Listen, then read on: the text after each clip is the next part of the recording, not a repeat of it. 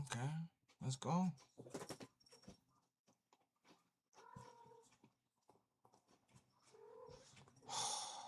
Come on, y'all.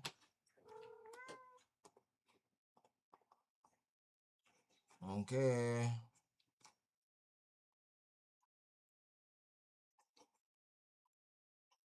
Jeez.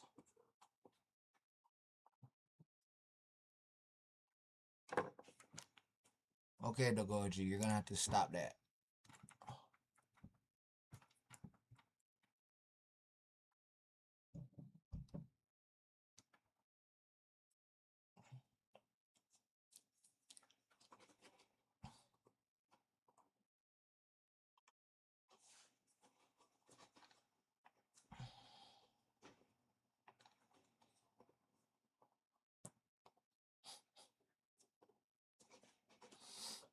No. Alright, Dogoji, you gotta go. You gotta get out. Come on. Go. Let's go. Get out of here. You're too bad. You can't hang out with me now.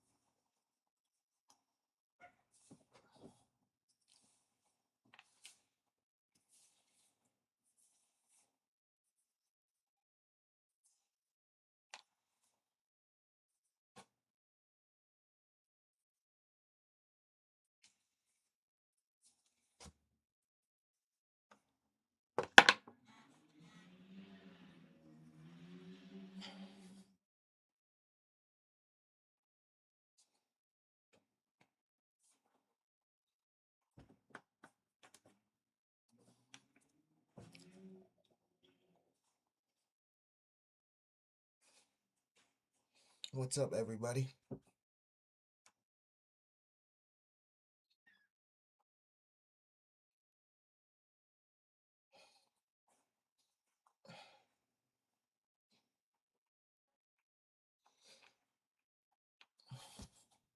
God damn.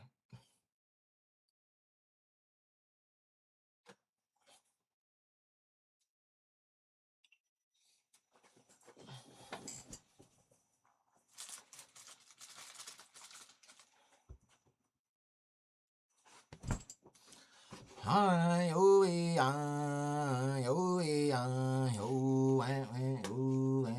here we go.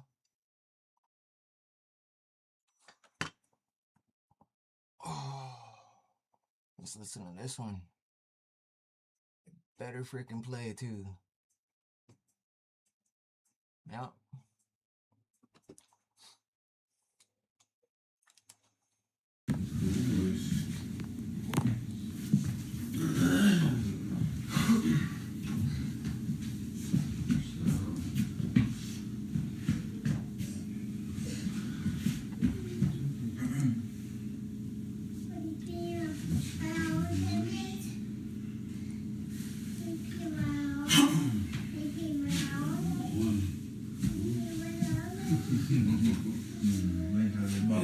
More viewers before we go on. There we go. I know. We're on.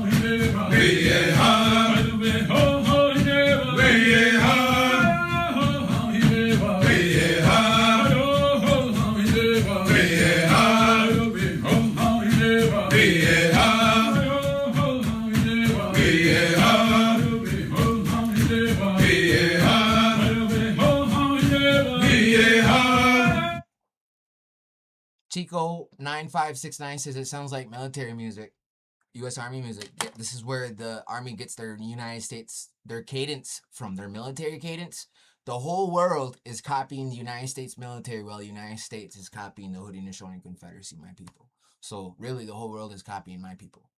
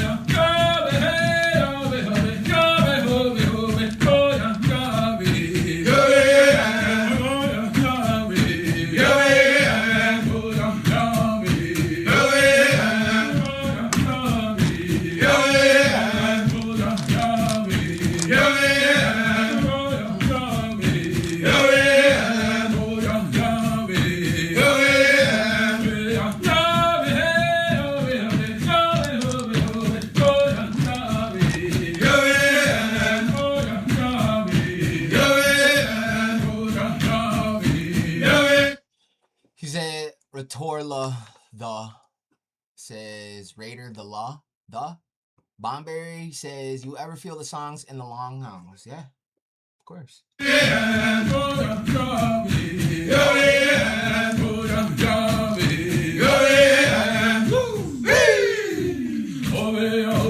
Yo, the Bomberry, guess what?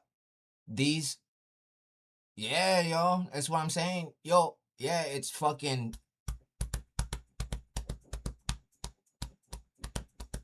I know. But these people, these pretendians down south, they are learning about Longhouse. I just was on a pretendians post and he said yeah, they're joking about Longhouse, yo. They're like, yeah, that's a Longhouse minute. It's like, what the fuck do these pretendians down in Florida and Georgia know about Longhouse? And then I put it together. It's the fucking Lumbees and Tuscaroras in North Carolina. They're teaching them our fucking ways, yo. Ladon la. Lata. Ladon. Ladon. I'm not good at anything, I'm going home with L's in it. I'm Seneca, yo. We don't got L's, we don't got B's, we don't got P's, we don't got F's, we don't got M's.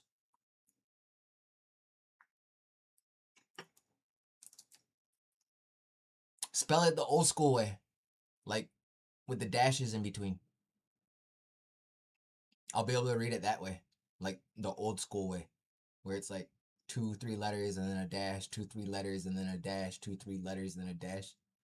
Yeah, do it that way, bro. I'm sorry, bro. Jeez.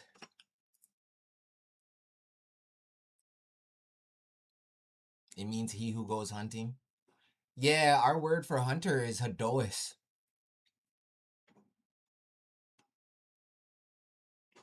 Are Lumbees native? No. No, you got people, these pretendians down south joking about Longhouse like they know. Yeah, yo.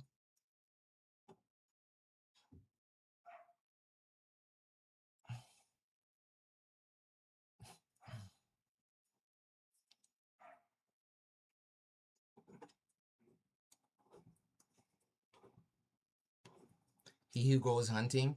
Dude, I got a berry picker name, yo. I'm not even kidding. You got a hunter name. I got a berry picker name. The berries are ripe over there. That's what Jo'oyai means.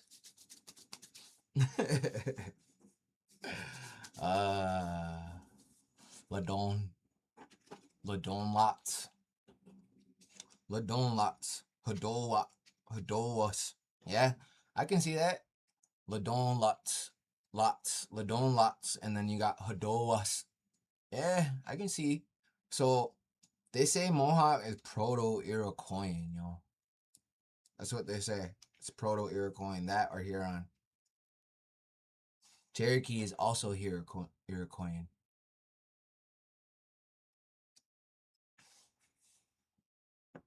We'll wait for some more people to pull up to class.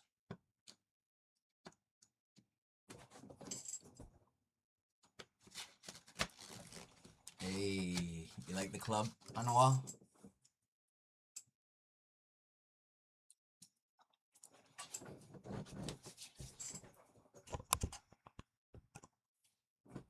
There we go.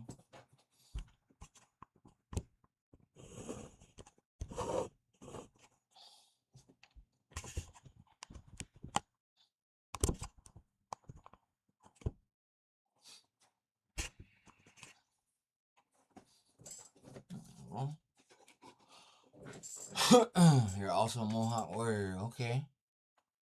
Bantu Americans, you need to send the mental ward. I used to not be racist. Me too. I wasn't racist either. I swear to God, yo. I don't even listen to rap music anymore. They ruined it that much for me. I'm a city Indian too. I'm a New York native. They're everywhere around here. Like, I can already can tolerate them. I can't imagine how, like, natives out west or down south feel.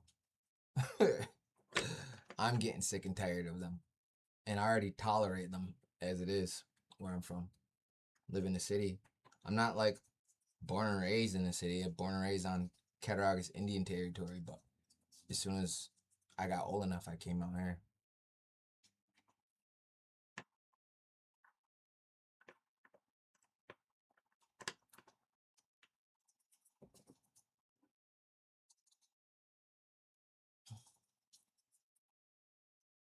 Gator's your warrior name? I always like the name Warmaker. Who got you the club? Shane Long made it.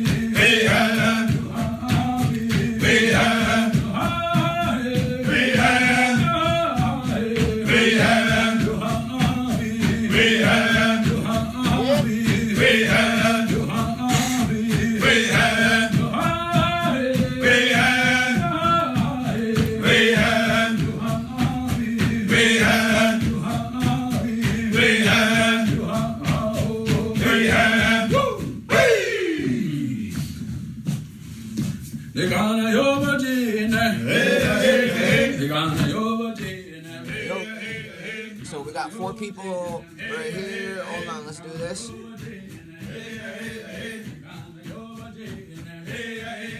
Whoops. We're gonna go like this.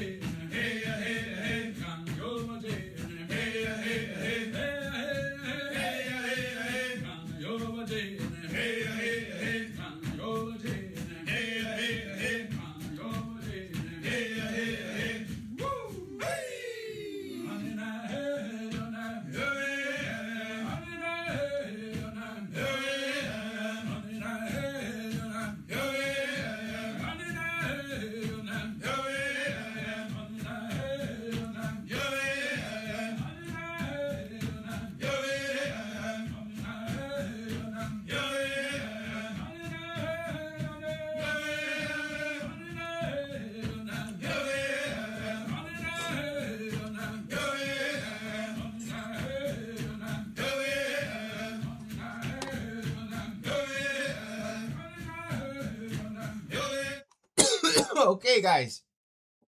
Welcome everybody in. I hope y'all are doing well. We got some stuff we're gonna go over today in class. If you guys can go ahead and share the live, let people know class is beginning. Okay, so we got a couple pretendians we gotta check. Let's go to the Facebook real quick. We're gonna look at something. So we're gonna make a video for Sev Harley and his woman. So we got something to show you guys. This is what we're gonna do. Okay, come on, where they at though?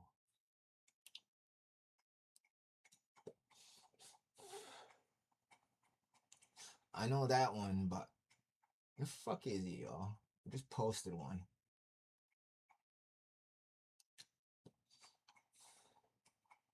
Right here, it's gotta be. Where I say call CPS. Right here. Comments, let's go. No. Let's see. Oh.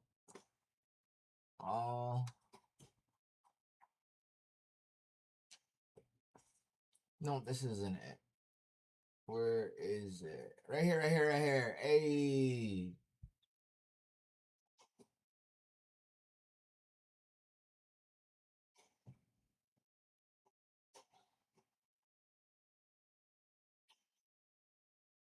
It right here. But either way, let's watch this stuff. Okay, so we're gonna be debunking this $5 pretending right here. There you go. Look, it even looks like you, bro. Man, back.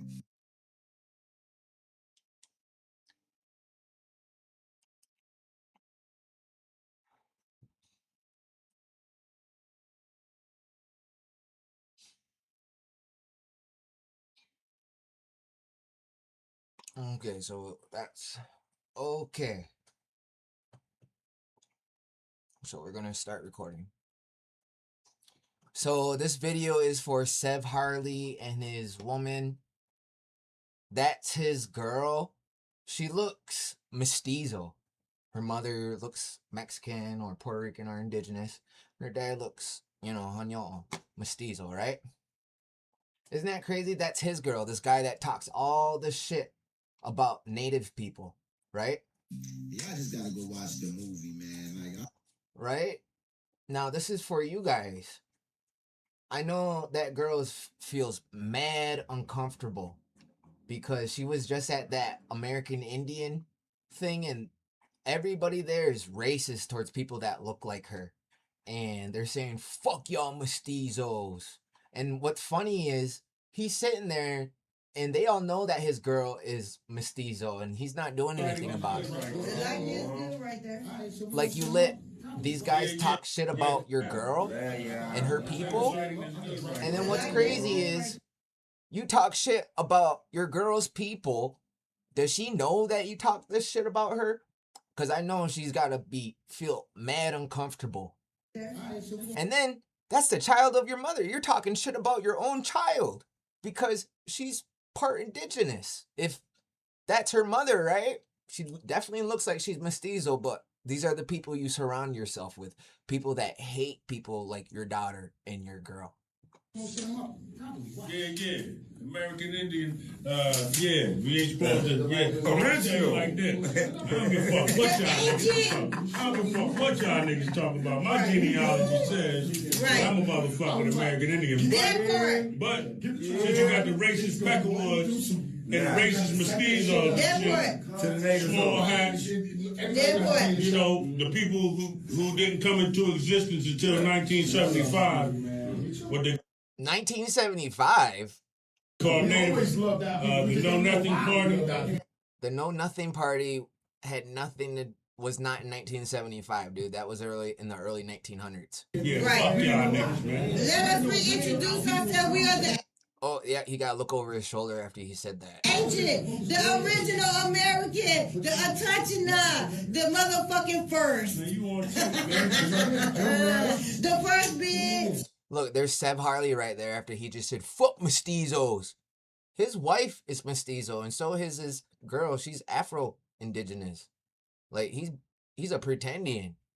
Damn, yo. Get away from this guy. He's gonna end up killing you, yo.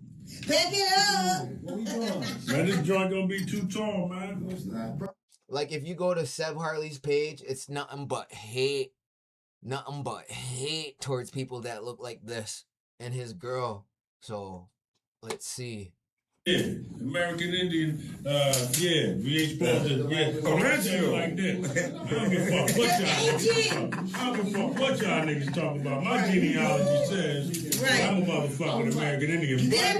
But since you got the racist Peckerwoods and the racist mestizos and shit, small hats, you know, the people who didn't come into existence until 1975.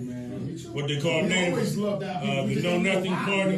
Yeah, fuck y'all niggas, man. Let us reintroduce ourselves. We are the ancient. Yo, Sev, you just let people talk shit about the child of your mother, her race, and what your kid is? Dang, yo, that's crazy. They bitching y'all over there, yo. And then you guys doing drugs around kids too? So someone sent this to me. I told them niggas we had too much food. They told me about the Molly. No shit, let's go. I was like, I can't take it. Right. Because the heat was too good. Niggas used to sell dope back They told me the Molly. Used to sell what? Because the heat went out there. Fucked up part. I don't want that. Yo, we live? Didn't say we live. No, we didn't. We live? Yeah, yo. That's crazy. That is crazy. Cause somebody sent me videos and pictures of all this shit, right? Hold on.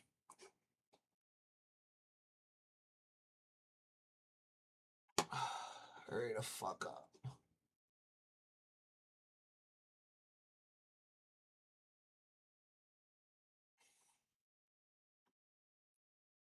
Move. Goddamn.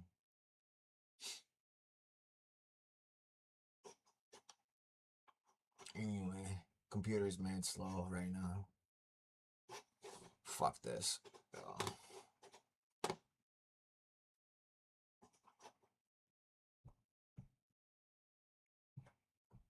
Alright, I'm getting pissed, yo. How long it's fucking taking.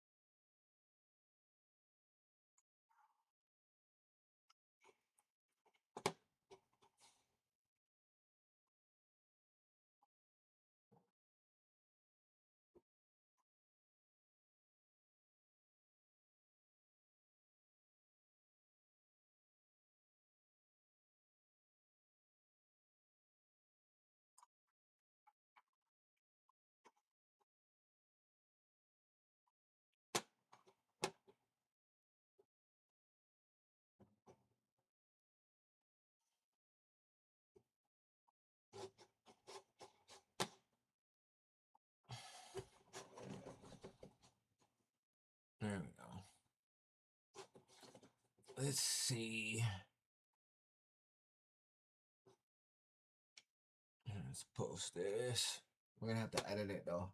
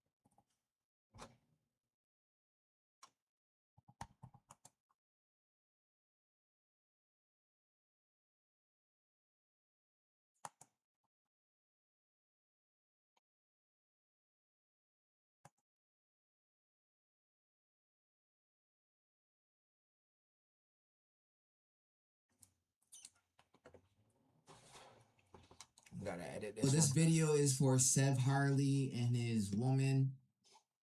That's his girl. So this video is for Sev. That is crazy. Cause somebody sent me videos and pictures of all this shit, right? Hold on.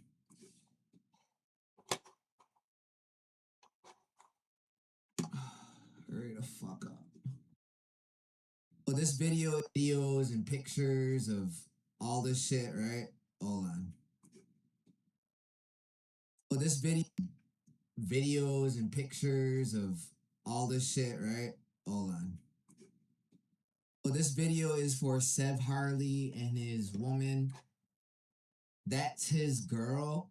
She looks mestizo. Her mother looks... Okay, yep, we gotta wait for that to load. Am I on Instagram? My old Instagram accounts are my tattoo pages. So before I started taking like streaming real seriously, like 2-3 years ago, I was a tattoo artist. Did that since I was about 19. So about 2-3 years ago, so probably about 6 years, 7 years, I was a good tattoo artist. So if you look up Inky Ronnie on Instagram, you'll see all my tattoo pages. Did thousands of tattoos. Thousands of tattoos. So that's what I used to do.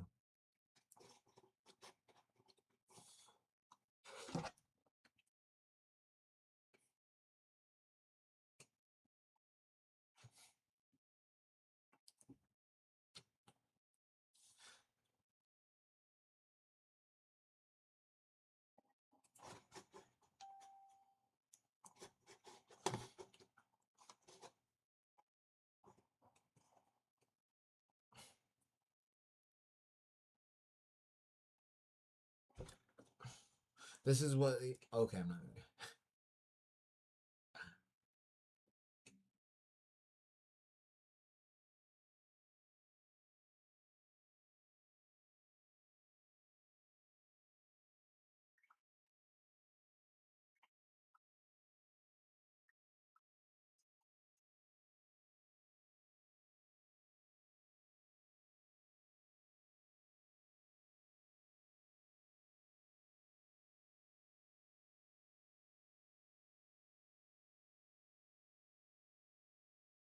Okay. Is this shit almost done loading? Well, it's only 25%. How long is this shit, yo? So this video is for Sev Harley. He sent me videos and pictures. Hold on. So this video is for videos and pictures of all this shit, right? Hold on. Yeah, we're just waiting for that to load.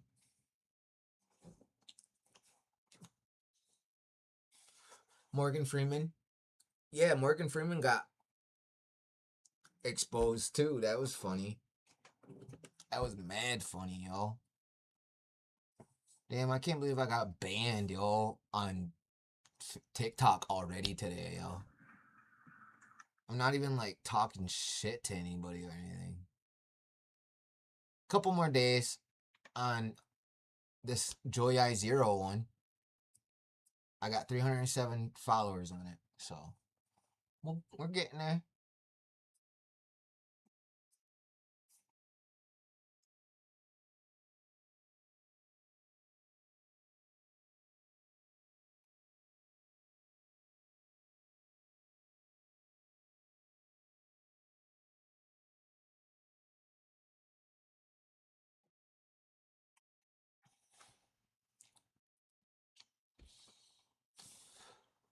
Fine, we'll go on the other one.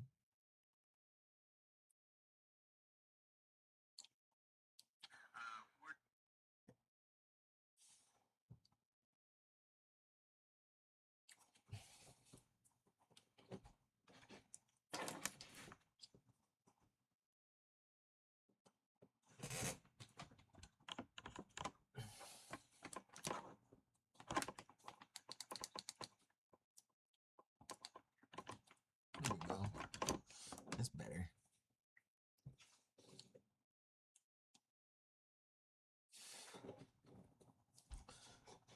Would you ever travel to see the Mexico to see the pyramids? So I have traveled to Egypt and Africa to see the pyramids. So yes, I would go to Mexico to see the pyramids.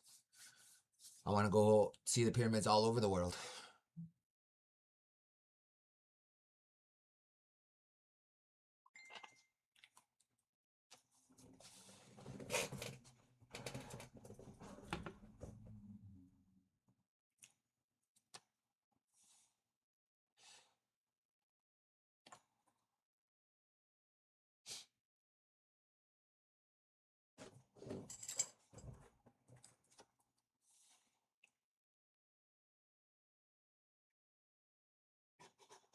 My bad, guys.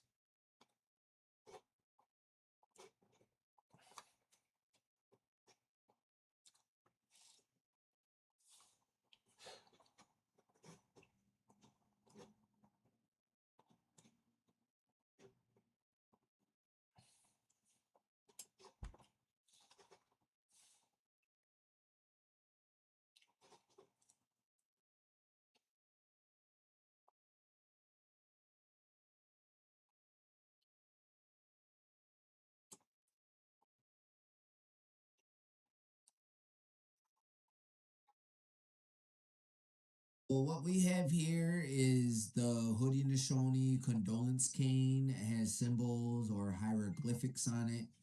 Each peg signify. So I want to get a copy of all these hieroglyphics on it. Yo, they have hieroglyphics. We got hieroglyphics actually.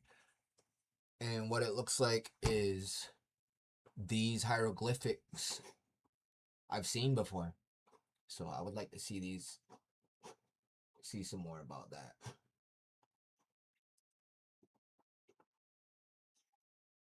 Hey, check out the page though.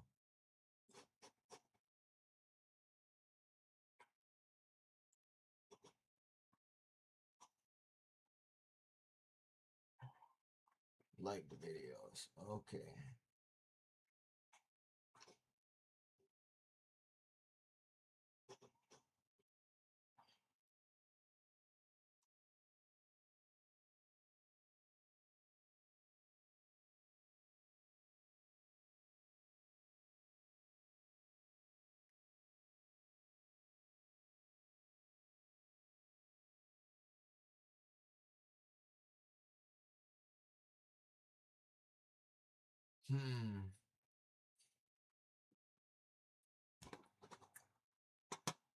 I'm on TikTok right now.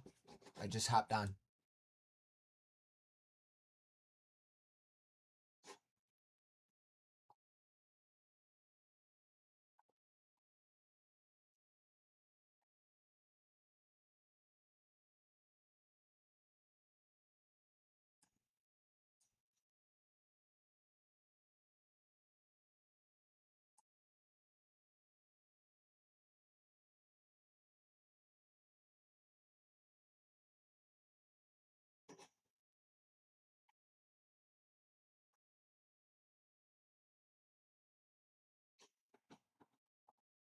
There we go.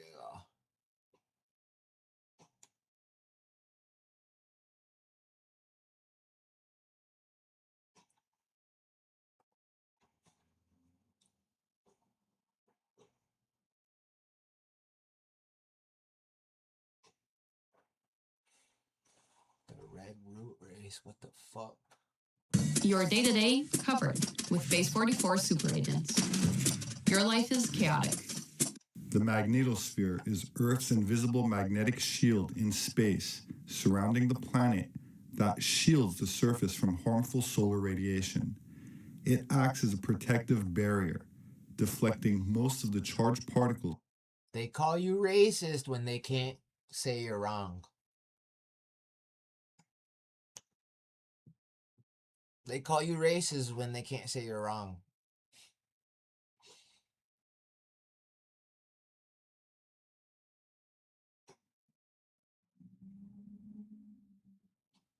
What the fuck? This just popped up. Towns and villages in search of locations that were rich hunting and fishing grounds. They always kept these locations tended and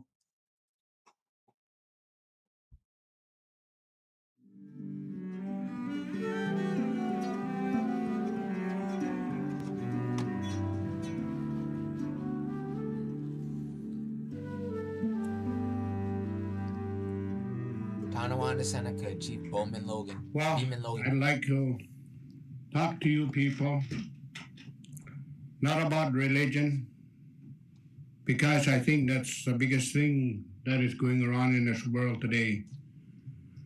We're all trying to seek the religion. But myself, I don't have to seek that because it's already with me. And I respect it. I see. Hold on. You have someone that watches you as you make content, and then when you're editing the video, it will fuck it all up. Yeah, yo, that's been happening. You make the best video, and it's so good, and then they fuck it all up and fuck the words up and switch the words around.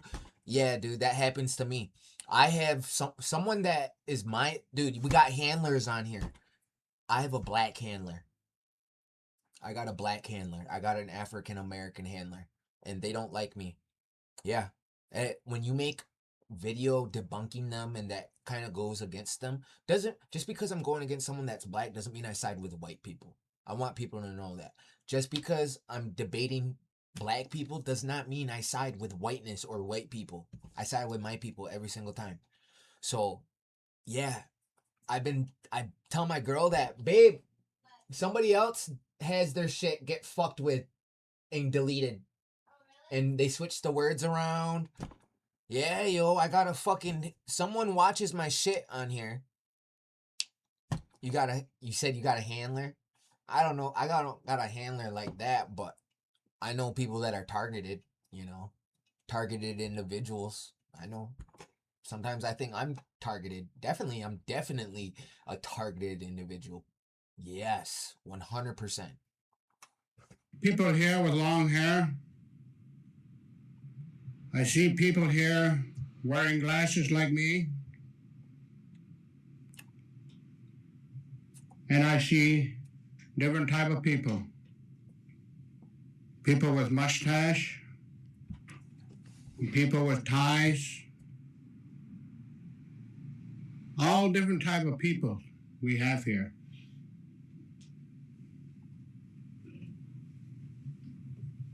You know, I had the opportunity to go to China. And I would like to have gone to China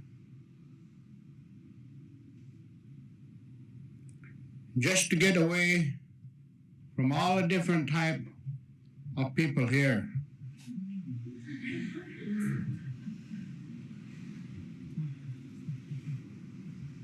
With a different type of clothing we have, and a different type of ties and clothes. You know, in China, They don't have that. They all wear the same type of clothes. They all feel the same way. They walk down the street. 1974. They're happy about their walk. A black handler on TikTok. Yeah, I have a moderator that watches me on here, and they'll fuck with my shit. That's why I get shadow banned and all that. We all have moderators on here. Everybody has a moderator on here, like a handler that they get a certain amount of when people get reported, they check the reports. They have someone that checks the reports. AI can't. There's sometimes AI can't do it, so they have someone that works at TikTok and they'll check the reports and all that and look at the pictures and be like, okay, yeah, no, that's a violation. The person that decides for me whether it's a violation or not is African American, because I've never won an appeal, or either they just don't like Native Americans, to be honest. But the reason why I think it's African American is because I'll be making a video about debunking pretendians, black people, right? And I'll go to post it, or I'll post it and it'll post an all black video, or I'll post it and the words will be all fucked up on top of each other, or I'll go to watch it when I'm done making it and it'll be all fucked up. They'll delete stuff or they'll just reset the app. Yeah, yo. It's like they got a moderator and they can see your screen and see what you're doing, and then I get fucking take down. You're obsessed. You are hate. I'm not obsessed. I think you guys are obsessed with pretending to be Indians, though. I'm a warrior for my people, and you hate it. I threw a wrench in your guys' narrative, yo. That's why you guys want to kill me. That's why you guys want to kill me. That's why you call me racist, because you can't prove me wrong. You can't debunk me. The truth will always win, so it's a win-win situation for me. And I tell my other natives, it's like, yeah, start debating. These motherfuckers will make you famous. You can't lose because they're liars. Obviously, they're not the fucking Indians. You cannot lose. You cannot lose a debate with this. It's a win-win every single time. They're not the Indians. It's the easiest thing ever. You will never lose a debate against any of them because they are not the Indians. They are Africans. The truth will win every single time, people. The lies don't win. The fuck? That's why you don't see natives arguing about it. They don't care because it's like arguing about what color the sky is. Someone thinks it's green. Weirdo, crazy person thinks it's green. Everybody knows it's light blue. Right? They think they're fucking Indian. Everybody knows they're fucking African. Right? Damn, I gotta reset again. Come right back.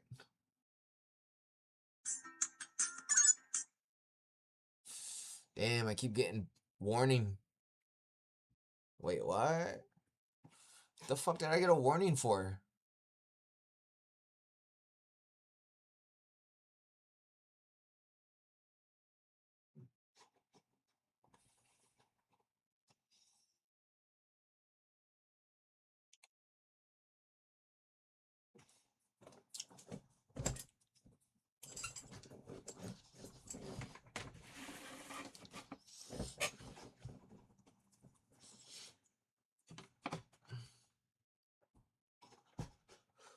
You don't have to stop and say to that person, what happened yesterday?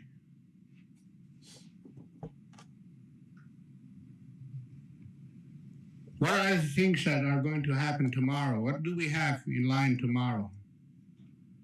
He doesn't do this. He knows what has happened.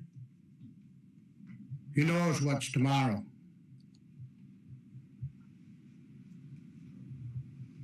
It's like I said, we're not going to talk about religion. Oh, like my shit. grandfather says. I know this guy. There's too many. This was my grandpa's friend. One of my grandpa's friends. One of my, this guy's, obviously he's from Tonawanda, but I just remembered him at the state fair. Religion here today. He had long hair, but yeah, that's him. But tonight, we are going to think of ourselves.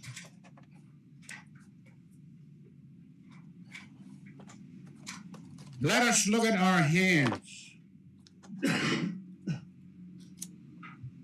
Our hands is our main thing to our body. If we lost our hands, we would be helpless. We couldn't do the things that we could do the way the Creator put us on this earth to save ourselves and to keep ourselves that way. He's talking about religion, And it's he like said our he wasn't gonna eyes, talk it's the about same religion. way. No, That's the two main important part of our body. Did we ever try to study this? No, we didn't. We never tried to study our hands to see how much power there is in our hands. What of great value can we use with our hands?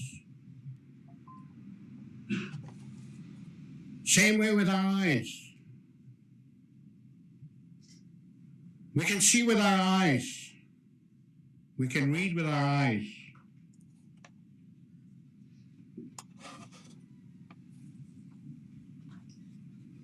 Like my grandfather says, the best part of the life is in darkness. We can close our eyes.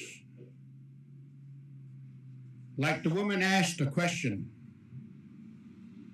You close your eyes. The question that she asked, that's where it is. But again, do we study our eyes?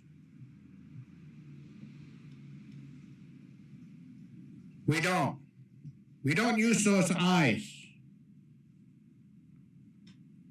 Whether they're open or whether they're closed. We use this up here. What we are learning today in the books. Like my grandfather says, hold on. So all I'm gonna say, it's 2026 and way more new information out. You might be native to the north. What? Do you consider mixed natives native? Yeah, dude. You guys are native. Everybody's a native technically.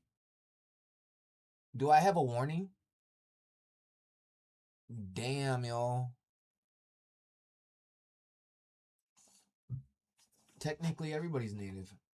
who wrote that book? Not the Creator, not the Indian, but who wrote it?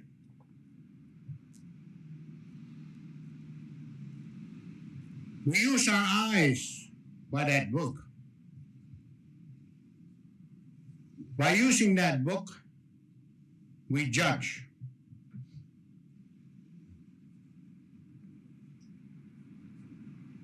As we look at the book, what it tells us in that book, this is what we believe. We don't believe what we see with our eyes. We don't believe that. We believe what we're reading in the book.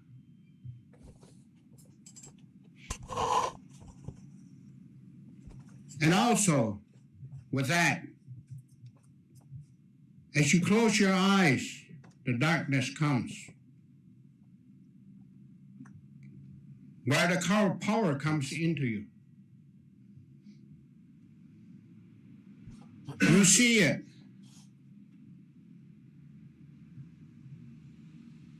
You call it a dream. That's your version of it. So what my grandfather is saying, it's Southeast natives from Virginia to East Alabama were black natives. Mississippi too. No, they weren't, bro. There's no evidence to back that up. They don't find black people's bones past the 1650s, outside the 13 colonies. The oldest bones, black or Negroid or African bones found in the Americas, is the 1650 Jamestown skeletons. And I know you guys think Lucia is a Negroid, but in 2018, all scientists retracted their statements that they were wrong. She wasn't even your guys' type of Negroid. She was Austro-Melanesian, that they thought she was at first. But it came out that she was 100% Amerindian, what I am. Name one of those scientists for me. Here.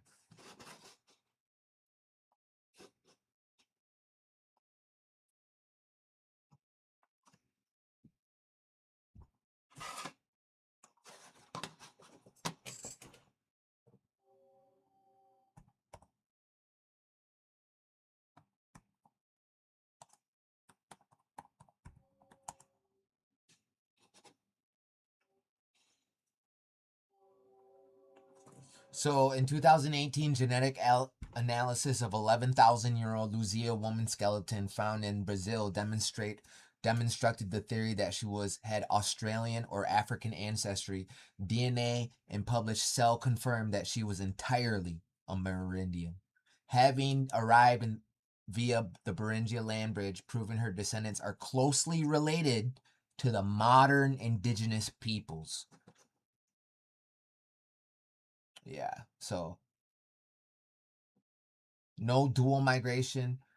Initial theories proposed that anthropologist Walter Neves in 1990 suggested that Lucia had Austro-Melanesian features, implying a separate earlier migration from Paleo-Indians. This has been replaced by evidence that shows a single earlier migration according to a 2018 study. Genetic evidence by the University of Sao Paulo and Harvard University, published in the Cell in November 2018, found that the Lagoa Santa people, including Lucia, are entirely related to the Amerindian populations, disproving the African-Australian origin hypothesis. Reconstructing the face, the original widely circulated facial reconstruction of Lucia, which displayed strongly Negroid or Austro-Melanesian features, was replaced with a new, more scientifically accurate facial reconstruction by Caroline Wilkinson. Let's see. Written by colonizers. When they were saying she was a Austro-Melanesian, you were saying she was still written by colonizers. So what, you only fucking agree when accept colonizer writing when they're agreeing with you? Yeah, nah. Hold on, let's look it up. So these are look at the new pictures that they got. So that's the old one right here, right? They were wrong. They did her DNA and this is the new one.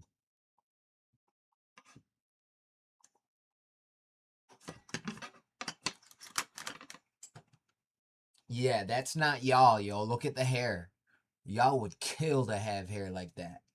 Y'all steal wigs like that all the time. I see videos of people fucking running out of stores holding babies because they think that if they're holding a baby, nobody's gonna like swing on them.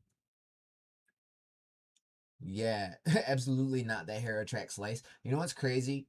Y'all get lice more than anybody else because you guys live in fucking like feces over there in Africa. Like, I'll show you a video.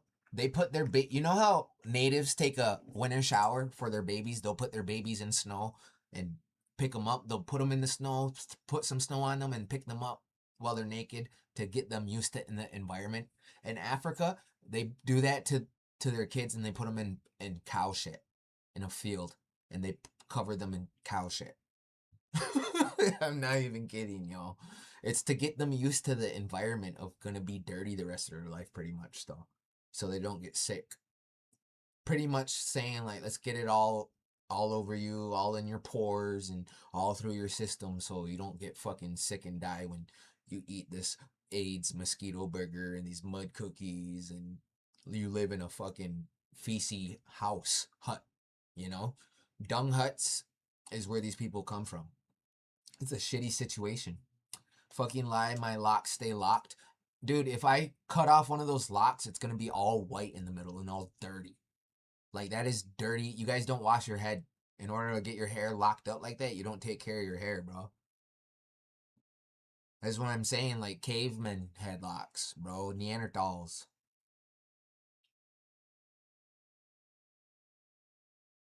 Actually, I'm Manny. What?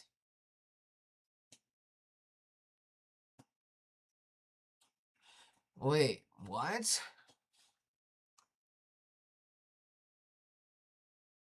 EJ. What? Actually, I'm a lot of different tribes in the tribes of Mississippi of Choctaw. What? Yeah, nah. Somehow we don't have Neanderthal DNA. Yeah, because you guys are only 300,000 years old. You guys are pretty much the newer people. You guys are not 300,000 years old. I mean, you guys are only 300,000 years old. Neanderthal predates y'all. Everybody has Neanderthal but y'all. You guys got habilis and africanus and erectus.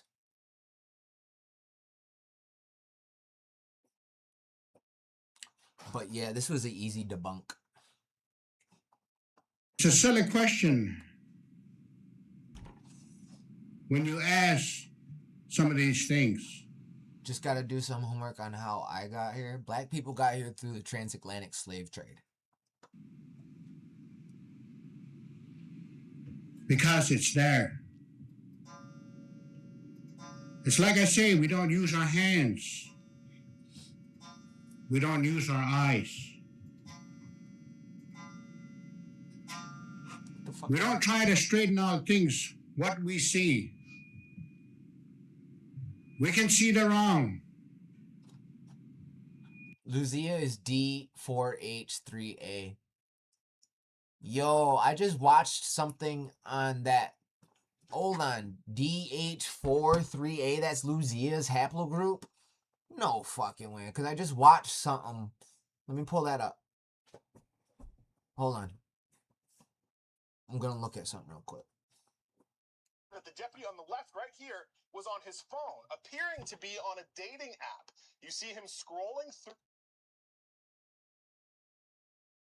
I got it.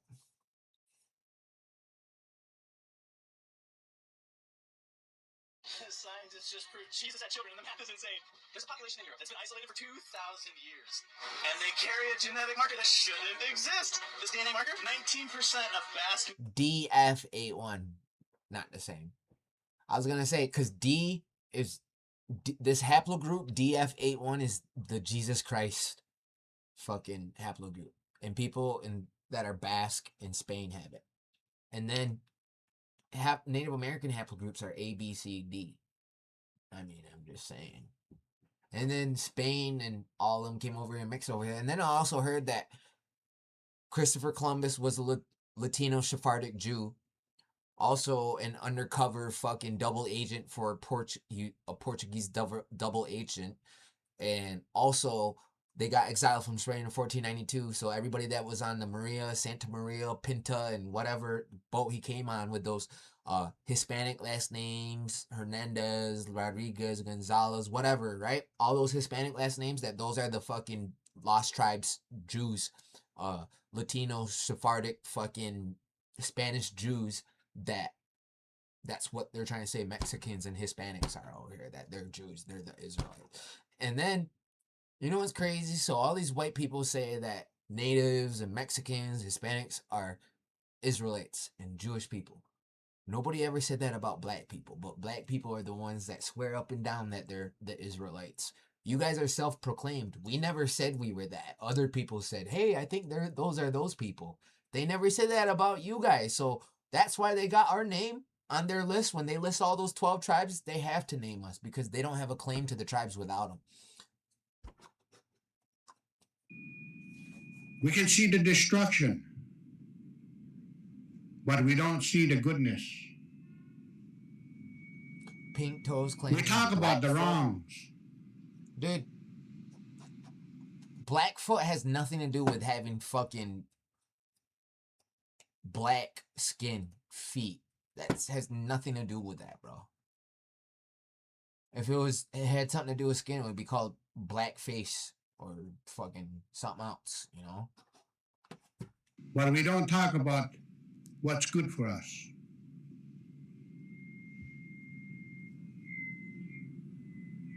So what we see, like I said in the beginning, we have people with long hair.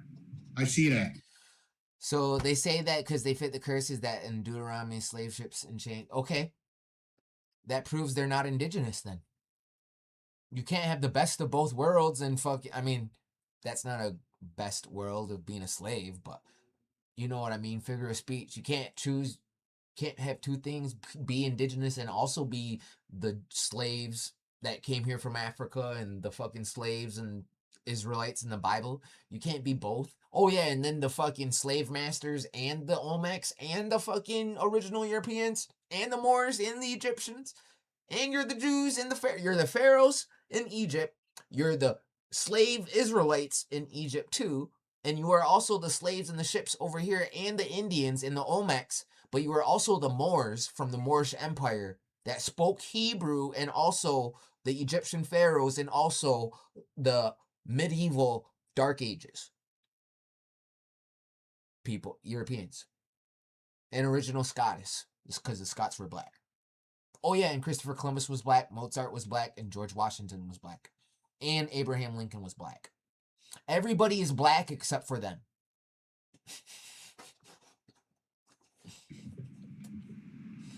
We have people with glasses. They are everything except I see African and Siberian.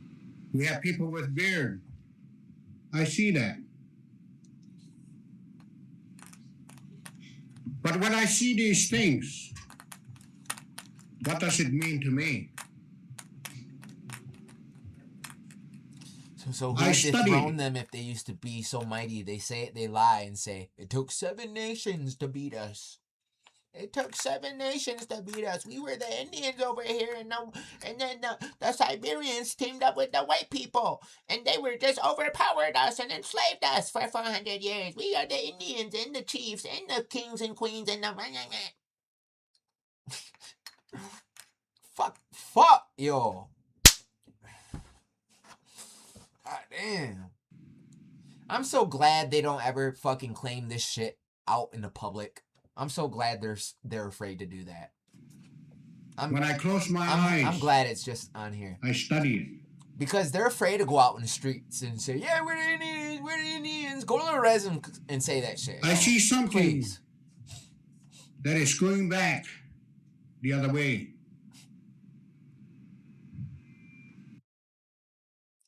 The war happened amongst ourselves and everyone else took advantage. So this is what I know that happened. You guys got enslaved by your own people. You guys might been enslaved for the past 1,000 years, 2,000 years. Since, you guys might have been in captivity. You guys might have even been made to be the slaves, to be honest. There's all types of shit out there. You guys definitely are not the Indians, though. I don't know what the fuck you are. You're not us, though. You know? You could join us, and yeah, we took some of y'all in, and we still do. But you're not the original. You could be part, but not the original. The original that have an afro or a fucking big old beard and fucking look like a jigaboo. I'm sorry. I got reset. Fuck. God damn it. I hate that, yo. I'm so... God damn it. I don't even want to go on that account again. It's just, I'm going to have to keep resetting, yo. It's a shame, yo. I'm going to have to keep resetting. Because before this, I did not see this. I didn't see no long hair, no beard, But the glasses were still there. There were people with glasses. Now you think to yourself, why are these very important? We all have this, no matter what nationality we are. No matter what religion we follow, we still have it. But the question is, are we using this to try and straighten ourselves out?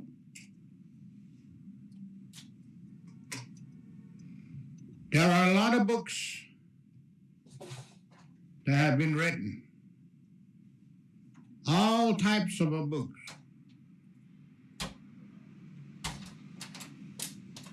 This is where our eyes go to. We learn from that book because we don't use our eyes to think up here. We let the words into our eyes and get up in here. We look at the book, it says in there that an Indian is a savage. So when you go out of that room where you looked at that book, you go out on the street, the first person you meet is an Indian. What comes in your eyes? The Indian. But do you say that he's an Indian? No. Because you came out of a place where you just read that Indian is a savage. In your mind, this is where it sets. So the minute you see that man, you say to yourself, he's a savage.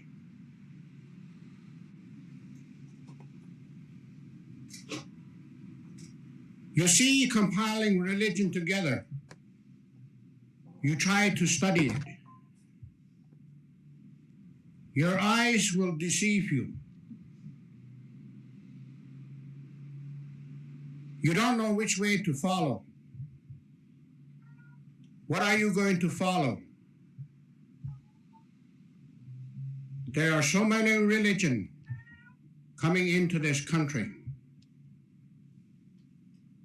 Not too long ago, I was in the Astrodome, and I listened to Rahu Maharaji.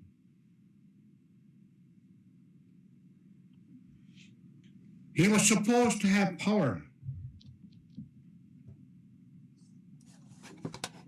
He was supposed to save the people.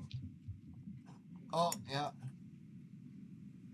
Well, this video But yet, is for Sev Harley. as I sit there woman, in that great, girl, big, she looks huge place, mestizo.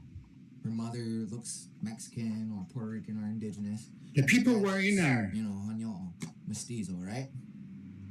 I don't know what they were That's his doing, girl, this guy that talks all this what they were receiving.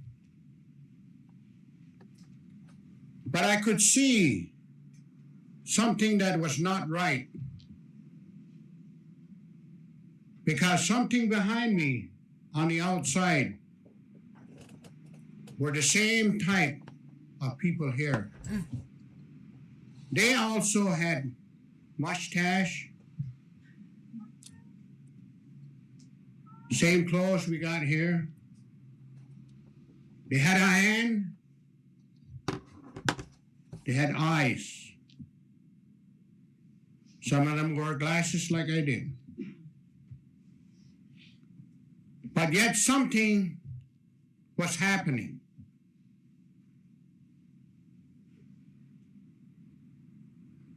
Something was happening. I could feel the danger. Like I say, You guys like the piece? we're trying to compile all the I got this when I religion was a little kid, in one. probably like 12 years old, at the fair. Because of we've At the been Indian educated, village. It's we bone. learn from the books. We're going. Bro, you lost your land to England, then why did they just give my tribe 9,000 or 900 acres last week? Why? And then why did a month ago did somebody give my tribe 200 acres of Grand Island? Why are they giving us land back then? By the books, but we're not going by our eyes.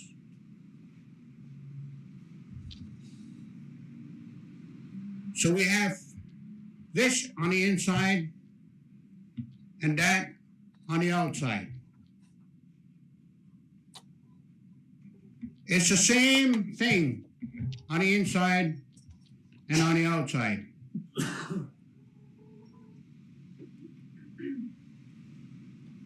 The only difference is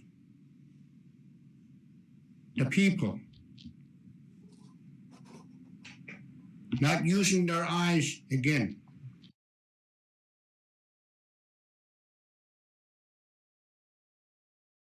Is the signal all choppy, guys? Is it all choppy?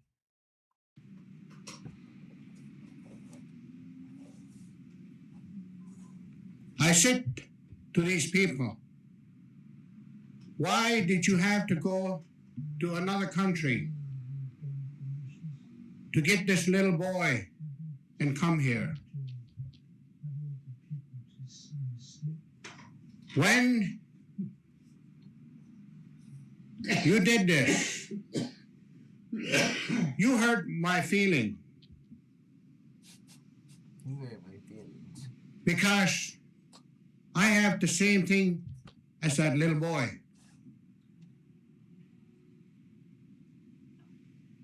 But you see, I told him the same thing I'm telling you.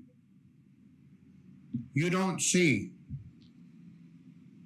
You learn from the book. It went past your eyes and into your mind. You have that one thing in your mind. Because of the book, I'm a savage.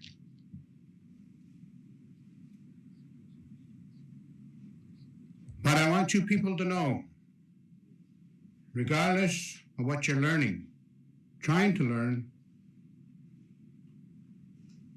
I'm still an Indian. I believe in my way of life. I see with my eyes. I use my hands as the power to heal and help other people.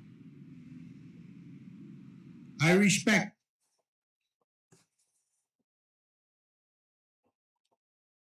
Snap your W-2 Zebra and and file your muskrat. taxes 100% free. Plus, get your biggest refund.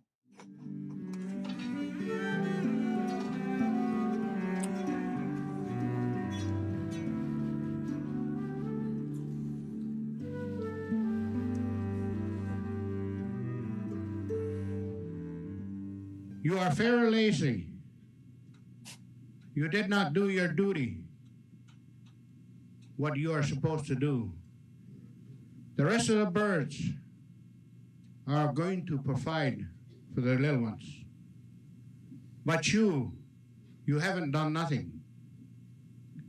So you shall be punished for this. The animal named the zebra. At one time, he had the same color coat as all the horse animals. And the Creator came down and again approached the horses when they were wild. So he told the horses in the territory where the zebra lives today, he said, Zebras are originally from America too. And this is a Seneca story? That in this area, it will become dry. Sometimes it'll rain. And sometimes you'll have storm, windstorm, sandstorm. So it is up to you how you are to judge yourself. The grandmothers, the clan mothers. Adjust yourself to this weather and to the conditions that you are going to live in. So it went along. This one horse, he stayed out in the open, never took shelter, never did nothing. He just lazied around. When the rain came, he stayed out there. When the wind blew the sand around, he stood out in the open. So all these things happened. And the Creator came back down and he said to this horse, you didn't do anything for yourself. You never tried to protect yourself. You never tried to take shelter. So for this, you shall suffer for the rest of your life. And this is the way the Creator put him. As you know how the zebra looks today. He has a stripe on his coat. And that stripe is there to show to you people or anybody else so clearly because of his stripe. So this is the way the Creator punishes anybody that doesn't respect themselves on this earth, or if they judge for themselves. So this is what is happening to human beings. We're judging for ourselves. We don't like what's going on. And this is why the world is so hard to try and correct it, because of the situation. In other words, what I'm saying, we have got too much education. We know too much. Just because a person went to Harvard Law School, he knows better than a person going to a small college, maybe a community college, because they classify Harvard as being the highest education.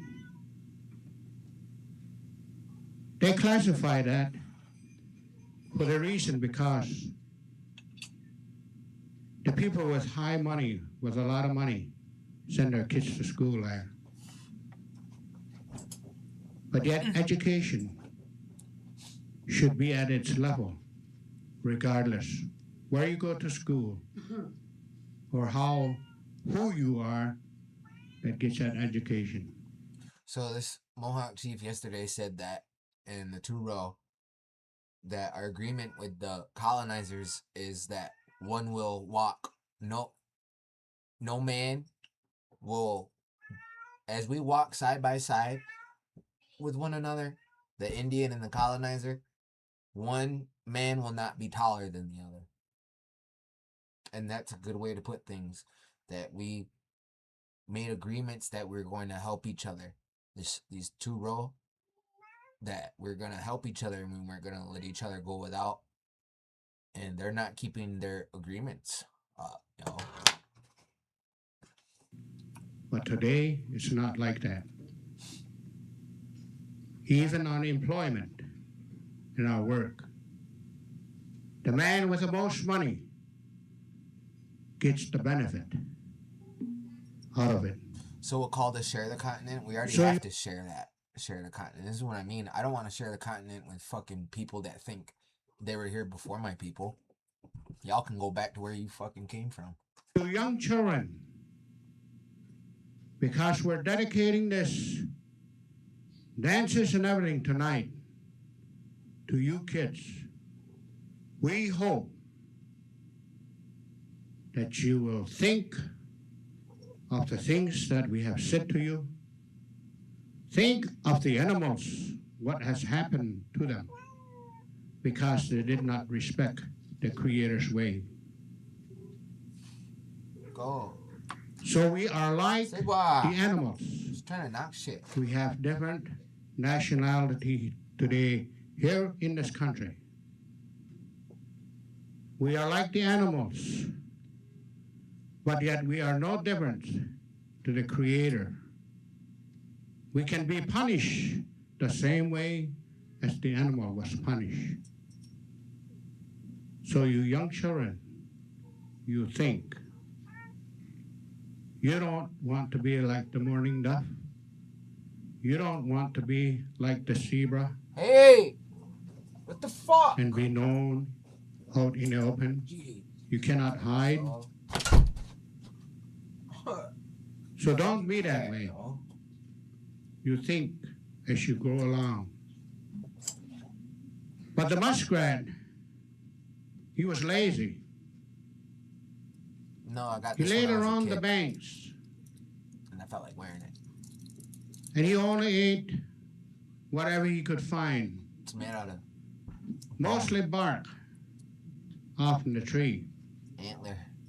Something. So this went on. Finally, the Creator came back on earth.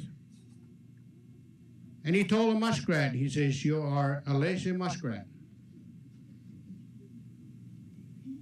You have a tail which you could use. You have a teeth and a claws that you could use. But you did not use it. You used it on something that is very easy. So he took the tail away from him and gave it to the beaver. Because the beaver was a hard-working animal. And today, that change is still there. So, do you hear these stories? So, he's speaking at Harvard, right? In Boston. It looks like. It says Boston powwow, but they're talking like they're speaking to these kids at his college or something, right? And these stories are about animals that aren't even... Zebra isn't even in America. That's in Africa. Seneca in New York. Tonawanda. This is Tonawanda, Seneca. It got a story about zebra. Well, you know what? Zebras are indigenous to North America. And he said that the zebra got those stripes. And yeah, science agrees with that. Natives knew all the plants were feminine. Science didn't know that till the 1600s. Natives knew that the continents used to be one. Pangea, Turtle Island. They didn't know that till recently. They didn't know that the Earth was a living, breathing organism until the 1980s. We knew that. It's our mother. So the basis of all of these stories and or studies come from these stories. So you look up. He's saying that the zebra got punished and got those stripes from Creator because he wouldn't run in when the thunderstorms came like the other horses. And if you look up what the ancestor of zebras, yeah, it didn't have all those stripes. And then later it became to have all those stripes. Now he's talking about a story that is about the muskrat, and it had a tail like a beaver, right? And he didn't use it, so Creator punished him and took off his tail and put it on the beaver. Now, I'm pretty sure if I was to look up right now the evolution of beavers and muskrats, the muskrat probably did have a tail like that, and it lost it over time, evolved. And the beaver probably didn't have a tail like that, and it evolved to have a tail like that.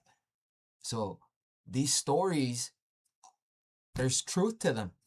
Even with the giants, you're talking about cannibal giants. They're finding, we have stories of cannibalism and fighting fucking big ass fucking people, right? Come on. And then little people too. There's gotta be, maybe it was just real big people and there was real small people. And the giant people had stories of the little people, and the little people had story of the giants, of the bigger people. So what I'm saying to you young kids, where did the giants go? They still live on today. So I got my uncle, my Mohawk uncle came out to visit this weekend. And I got him a room at the casino. He was telling me that my cousins out there, my other uncle's kids are like 6'3" and they're like fucking 14, So I got giants on my dad's side, on both sides, all four sides of my family. I have giants on all four sides of my family. And they're all four of my people are Iroquois people. My grandma's Seneca Heron. My other grandma's Onondaga Wolf. My grandpa's Onondaga Deer. And my other grandpa, it was Mohawk Bear. So I got giants on all four sides. This is where New York giants come from. The creator still has that power to change anything he wants to. Regardless of what you've been taught, that change can be made. I knew we were all related to every creature on this earth. Native Americans, so people always ask me, what are your inventions? What did you invent? We are the invention. Creator invented us with all the birds and animals and trees and all that. So we don't need to invent a bunch of things because we know the original purpose behind every plant, every tree, every root, every mineral, every metal, everything on the planet. We know the original purpose behind it and what it's used for. So we don't need to invent a bunch of things, You don't see the birds and the animals inventing a bunch of things. That's why they called us naturals, because we are natives in nature, living one with nature. We belong to nature. You take my DNA and you take the tree DNA, it's going to be the same. So you think the way you are put on this earth, you adjust yourself accordingly with the earth. Respect the things that the Creator has set down on earth. And I hope that you learn and study the lesson you had today. Like I said, we're dedicating the songs and the dances to you. Yeah, that's a good one. Never seen these. They've been up here for 3 years on YouTube.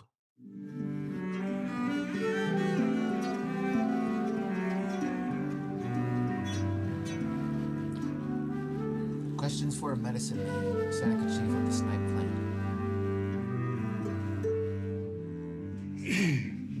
The Indians that live on the reservations do, but the Indians that live in the city or anywhere else other than the reservations, they don't. See? Because the people, the Indians that live on a reservation, we work with the earth.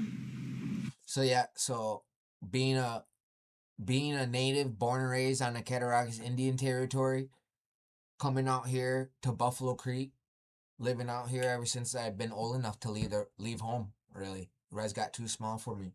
Meeting natives out here, like I meet up with sing with the guys out here, right? They don't know. I'm not gonna talk down on them. They struggle with things out here is because they're even though there's a huge Native American population.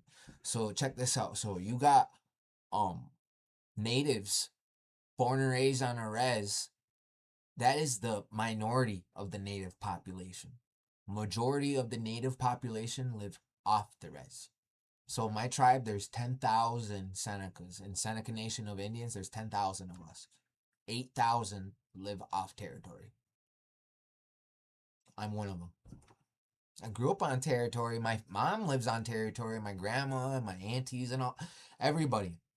Except for me and my sister. My sister lives closer, though. I live in the city. But for what I'm doing is living out here in Buffalo Creek. This was our stuff right here. I live on territory, off reservation. And everything that's on the earth, the birds and the beasts, because when all these seasons come about, we take our children into the woods, we tell them about the birds, and everything that starts to grow on earth as the spring comes along. This is a time we actually come close together in communications, because that is when we teach our kids what is on earth and to respect that. See? So we, the Indians on the reservation, the children on the reservation, this is what she wanted to know, if they were close, to our way of life. And that's the way we teach them, is they're close to our life, our way of life. Yes.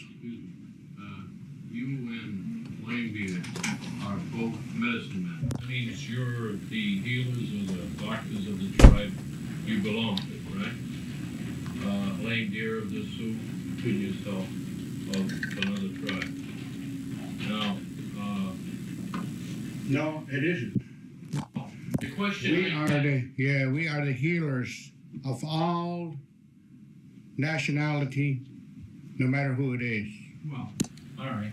Now, when you heal, do you heal from within, or do you heal yourself? Or do you do the healing yourself? I think the question, or do you act as a channel for the healing? I act as the channel in the healing, see?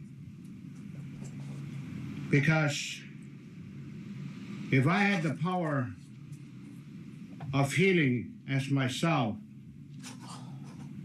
I could dominate the whole world. Because my power is there, see? It's a Peabody museum. The only difference is that I don't think it's Harvard, at least. whatever the Creator gave me, the opportunity to become a healer or a medicine man, was from. Welcome to the Google Career Certificate, focused on cybersecurity. Throughout this program, you'll gain hands-on.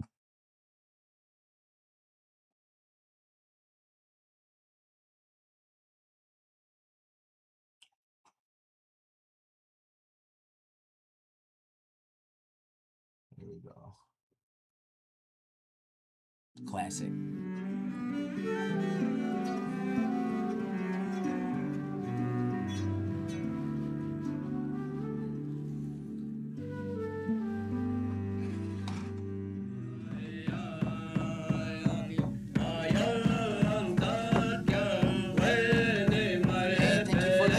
Mustache, yo. I want to hear these Hopi prophecies. The Hopi nation, I want to hear about the Donald we Trump represent, are people who have in that side. Is this the Donald Trump one?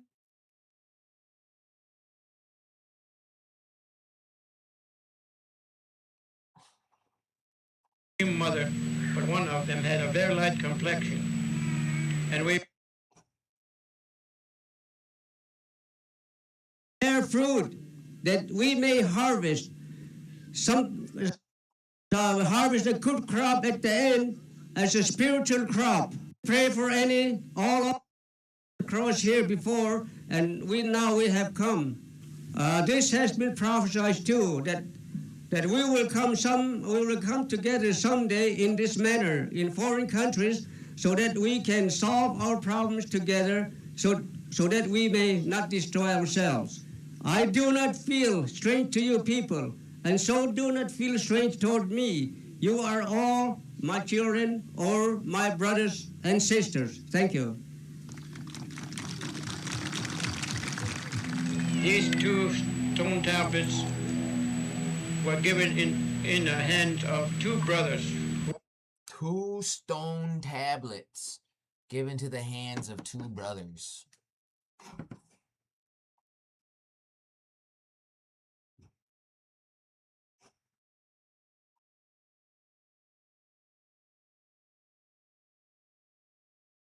Two stone tablets given to 2 brothers.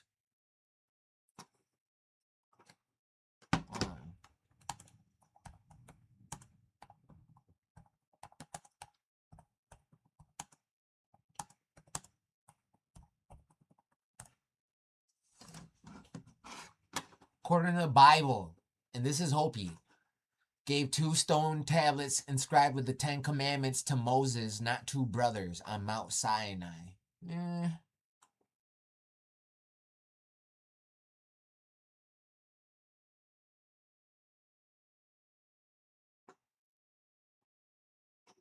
He got 2 of them?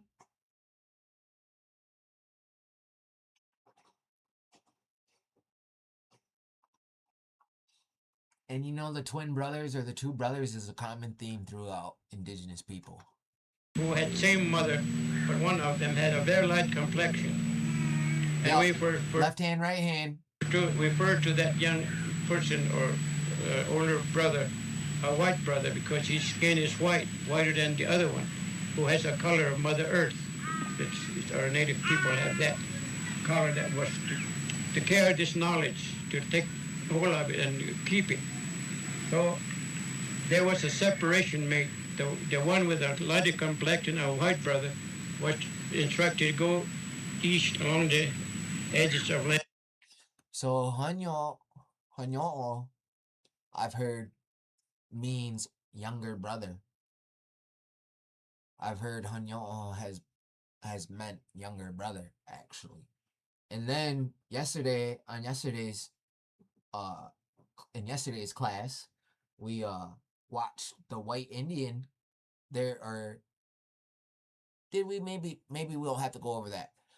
But the tribes, it looks like they wear fezzes too, made out of baskets. I'm not even kidding. But yeah, they're talking about white-skinned Indians, yo. A lot of tribes are talking about these white Indians, and pretendians are blackwashing the native history. There was no black Indian. There was white Indians and red Indians. And to another land, like to take care of blonde hair, blue eye, red and white Indians, and to develop things, to record things, to invent things, which he had done before, so that after he got so far, then he was to come back here to look for his younger brother who was left here to take care of this land in spiritual way with songs and prayer, ritual, fasting, meditation. He was to take care of this continent here in that fashion. So he invited brothers to come with his inventions to help him when they come together, the material and spiritual will join, and together they're supposed to take care of this land in a real good way, in accordance with the Great Spirit instruction. But there is a danger, he said, because he gave us both sacred symbols. So he's just said that the red man and the white man were supposed to live here together. White man is responsible for the material. Red man is responsible for the spiritual. And when we come together and work together, we're unstoppable. But he's saying that there's a impending doom. Circle, there's no end to this circle. Just like there's no end to this life if we follow that. So each one was receiving that same symbol. The white brother went east, and then he came back. Sure. But if he started change that and bring another symbol, we know that he started changing things. He's going to do things in his own way. So those 2 symbols were known to us. So that when he comes, we place everything on his life to follow. This represents village life, religious life, and everyday like our people to follow. There was no road there yet. But later our white brother came, and he did bring inventions. He said, and I'm just going to go through this quickly as possible. The inventions he will bring, one of the elders who was the one that called this meeting was a Kachina society leader. He was about 80 or 90-year-old man, and he said, after others have told, Does anyone know what the name of this video is? It's Hopi Prophecy, Two Paths, Destruction or Survival. 4 days, at the end he said, my grandfather used to tell me that I maybe get to see some of the inventions that our white brother will bring.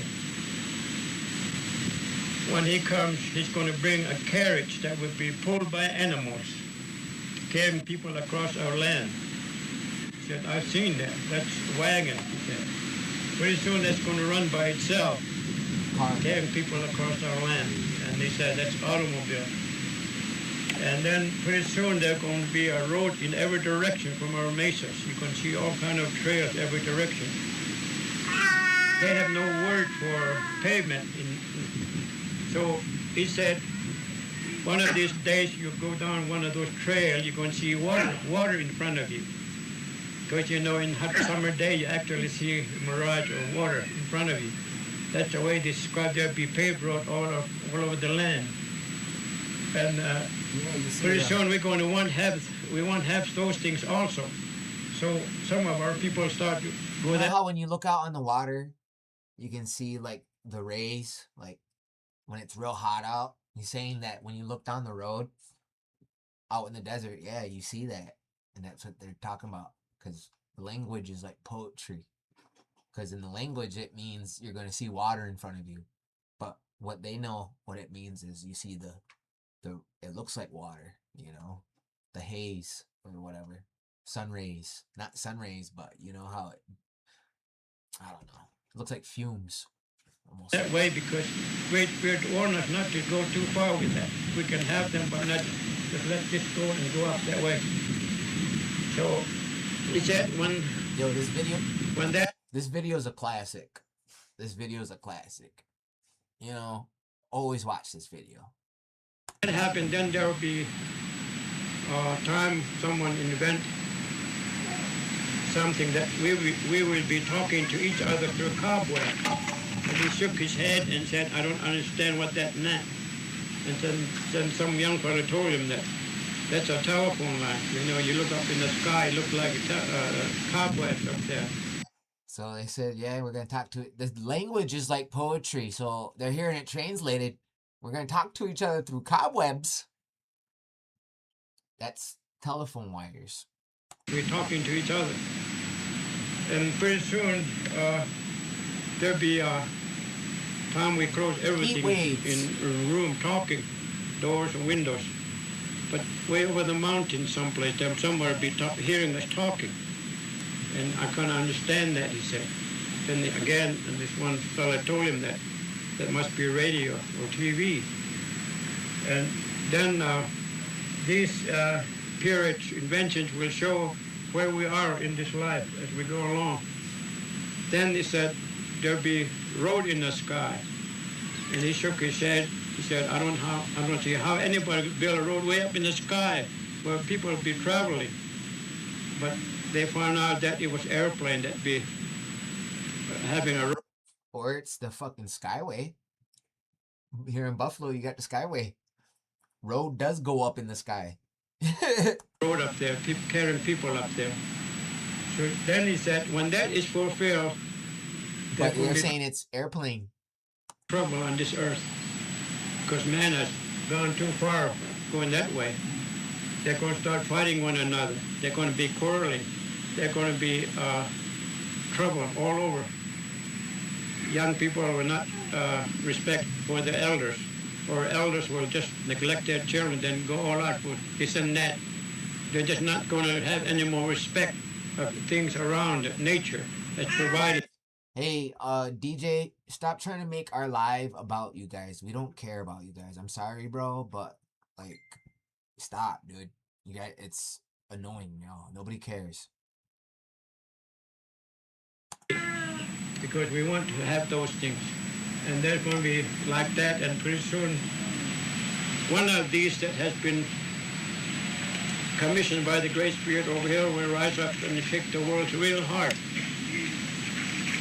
A warning to us. Now you people know what I meant by heat waves. You know how I said it looks like fumes or whatever? Like the roads, that they said in the roads you're going to see like water in front of you. And yeah, when you look down the road, they said that you see the heat waves. Are not following the instructions that the Great Spirit told you to follow. And this is what's going to happen. Many life and property will be destroyed then. There'll be world-shaking events take place. Then it stopped for a while. Then we go on. Then another came along, more advanced things will be invented. This time they said they're going to start messing around with the moon and stars. And they must know that someday somebody's going to get to the moon. They said that if you ever get to the moon, don't bring anything down from the earth, from the moon down to earth. Because once you do that, then you are interfering with the balance of the universe, nature, and everything going to be disrupted. And things happen on earth. You can't bring anything. But meteors fall, right? Question everything, right? But they say you're not supposed to go up there and bring. So I guess you can't bring. You're bringing a ship up there though from Earth. It's got to work both ways. You're already if you're already bringing fucking going up there, yeah, you've already went too far, because you're saying that you can't bring anything down because you're going to disrupt the energies. You're bringing shit up. You cannot control anymore, even though you have all knowledge and scientific things. You can't. When earthquakes start shaking, you're going to be helpless. When great winds become destructive, you're going to be helpless. Skunyadio said great winds. Dark winds is what they said. There's going to be holes in the ozone layer. There's going to be holes in the ozone layer. And dark winds from outer space are going to come in and rip layers off the earth. This is what's going to happen here. So in the year 2100. But then we want many things there, because there are other things going to be developed there. We began to see many money system develop. We see the new gadgets of all kinds being developed. Then everybody wants to have a new car every year. We all work and strive, and we don't care how we get it. So we fight and we struggle and we do all that, and we forget the spiritual things.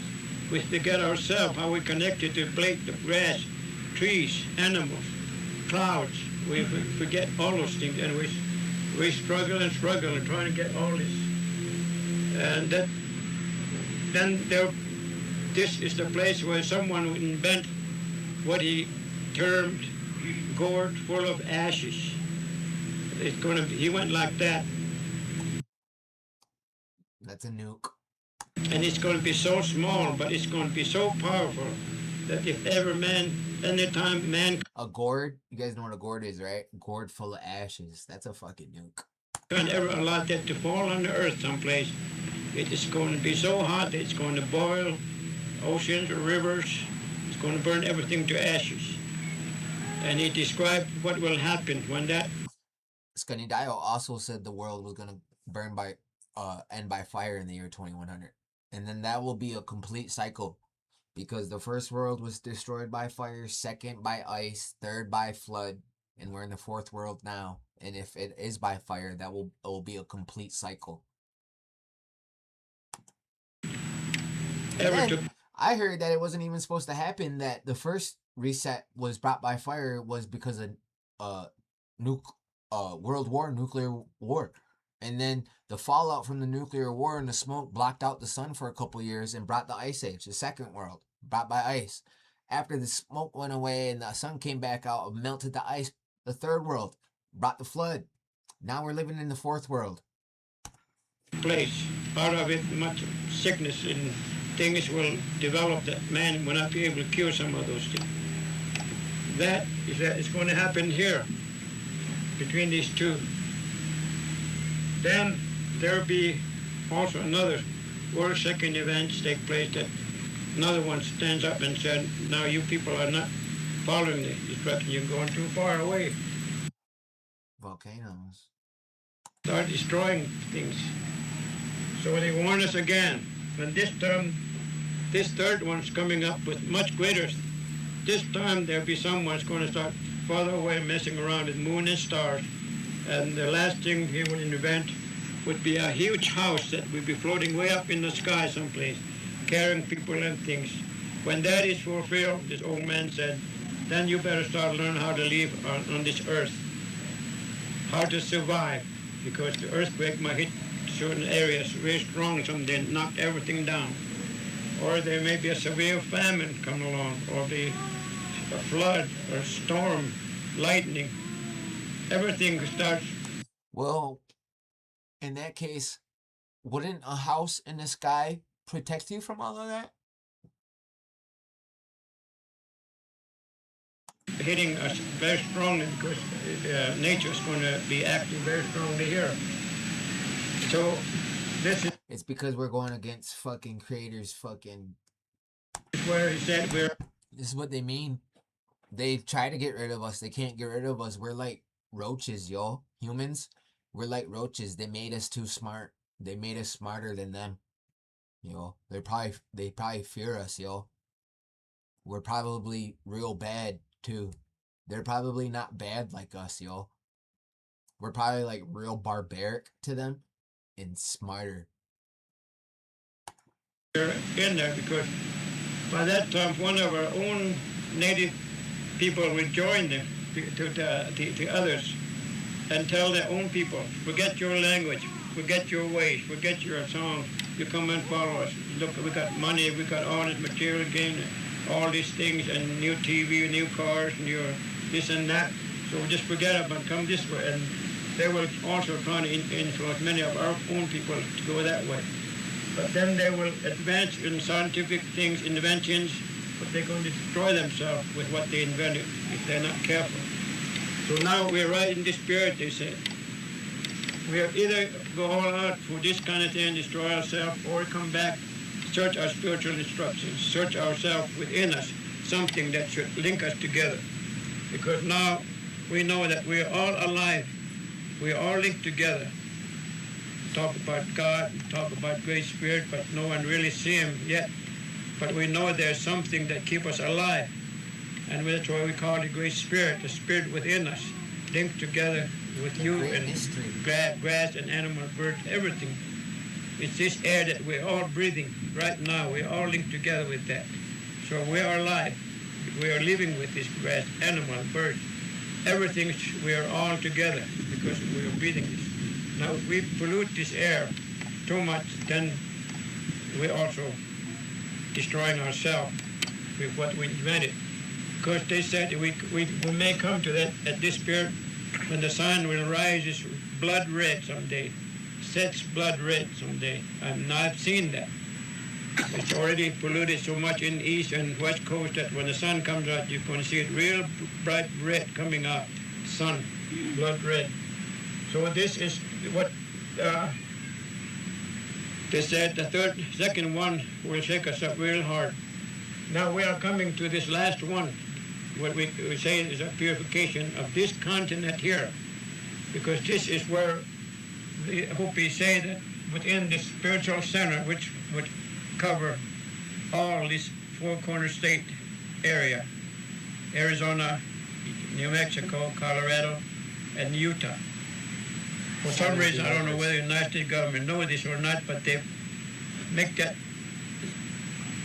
states come together in that area where we refer to as sacred area. Now we have that drawing on a shield, the Kachina, whichever picked that up, they were to protect that area every way they can, because that is the very heart of our Mother Earth, the spirit of our people, planted in there, and we must not disturb it in any way.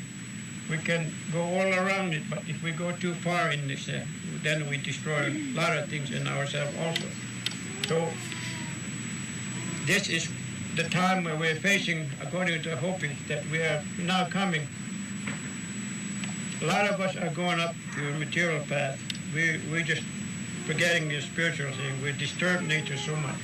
They're fighting and warring and they're quarreling and people with the same language, and they were testing out a lot of things in our own way because we got so smart, intelligent now that we're going to be start making people ourselves now. Found in record there. Did you hear what he said? We're gonna start making people ourselves. And this is in 1972.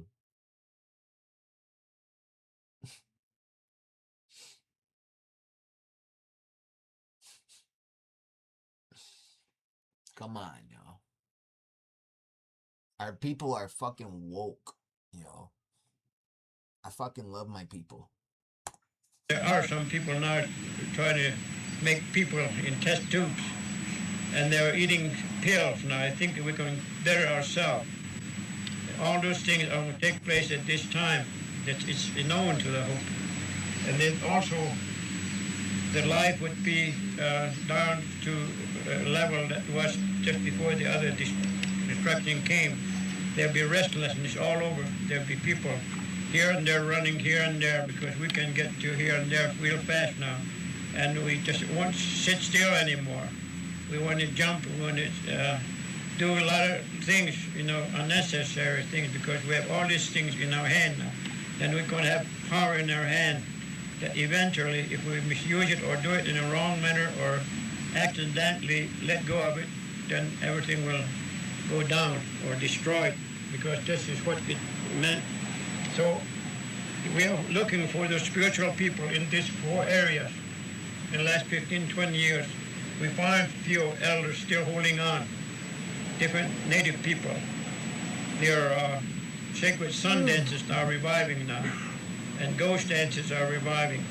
And there are sacred ceremonies in longhouses in New York. Six Nations Iroquois Confederacy are developing again, reviving. And those in the West Coast are developing. All over this continent, Native people are now coming together to hold on to this, because that is our instruction. Now, our white brothers... I had no idea that he fucking mentioned Six Nations Iroquois in New York in this video. I had no idea. Yeah, yo, he must know some of our people. Must have came to one of our ceremonies or something, yo. That's what's up, yo. Yo, I seen some shit yesterday that kind of got me real fucking mad, yo. That, that Chief Sekou, that Donald Franklin dude, that fake-ass Yamasee chief. Yeah, he's got people commenting on his shit, like joking around about Longhouse. And these are like pretendians from Florida. What the fuck do they know about Longhouse down there? And then I put it together. It's the Tuscaroras in North Carolina fucking letting all these pretendians in their fucking Longhouse. So nothing is sacred anymore. They're fucking joking around about a Longhouse minute. And it was like, what the fuck do you know about a Longhouse minute, yo? That's crazy, yo. So, yeah, I don't fuck around about fucking my culture. Come and is about to lead us into that way.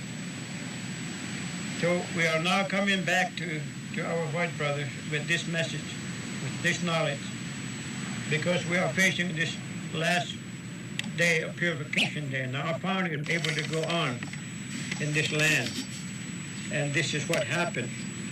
And so we know that something has gone wrong, so that all across the land our people are start destroying our native people's land and life and religion. Now that's coming to this period which prophesied it would be the last place, whether the white brother realize it someday and start correcting and stopping and changing something, because sooner or later purifier is going to come and bring about full cleansing of this earth. Because damn, it's pretty good though, huh? What do you guys think? Right? What do you guys think? Pretty good?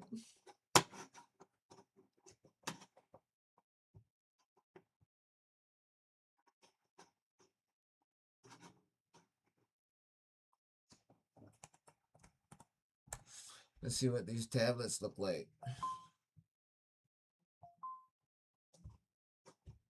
Oh, shit.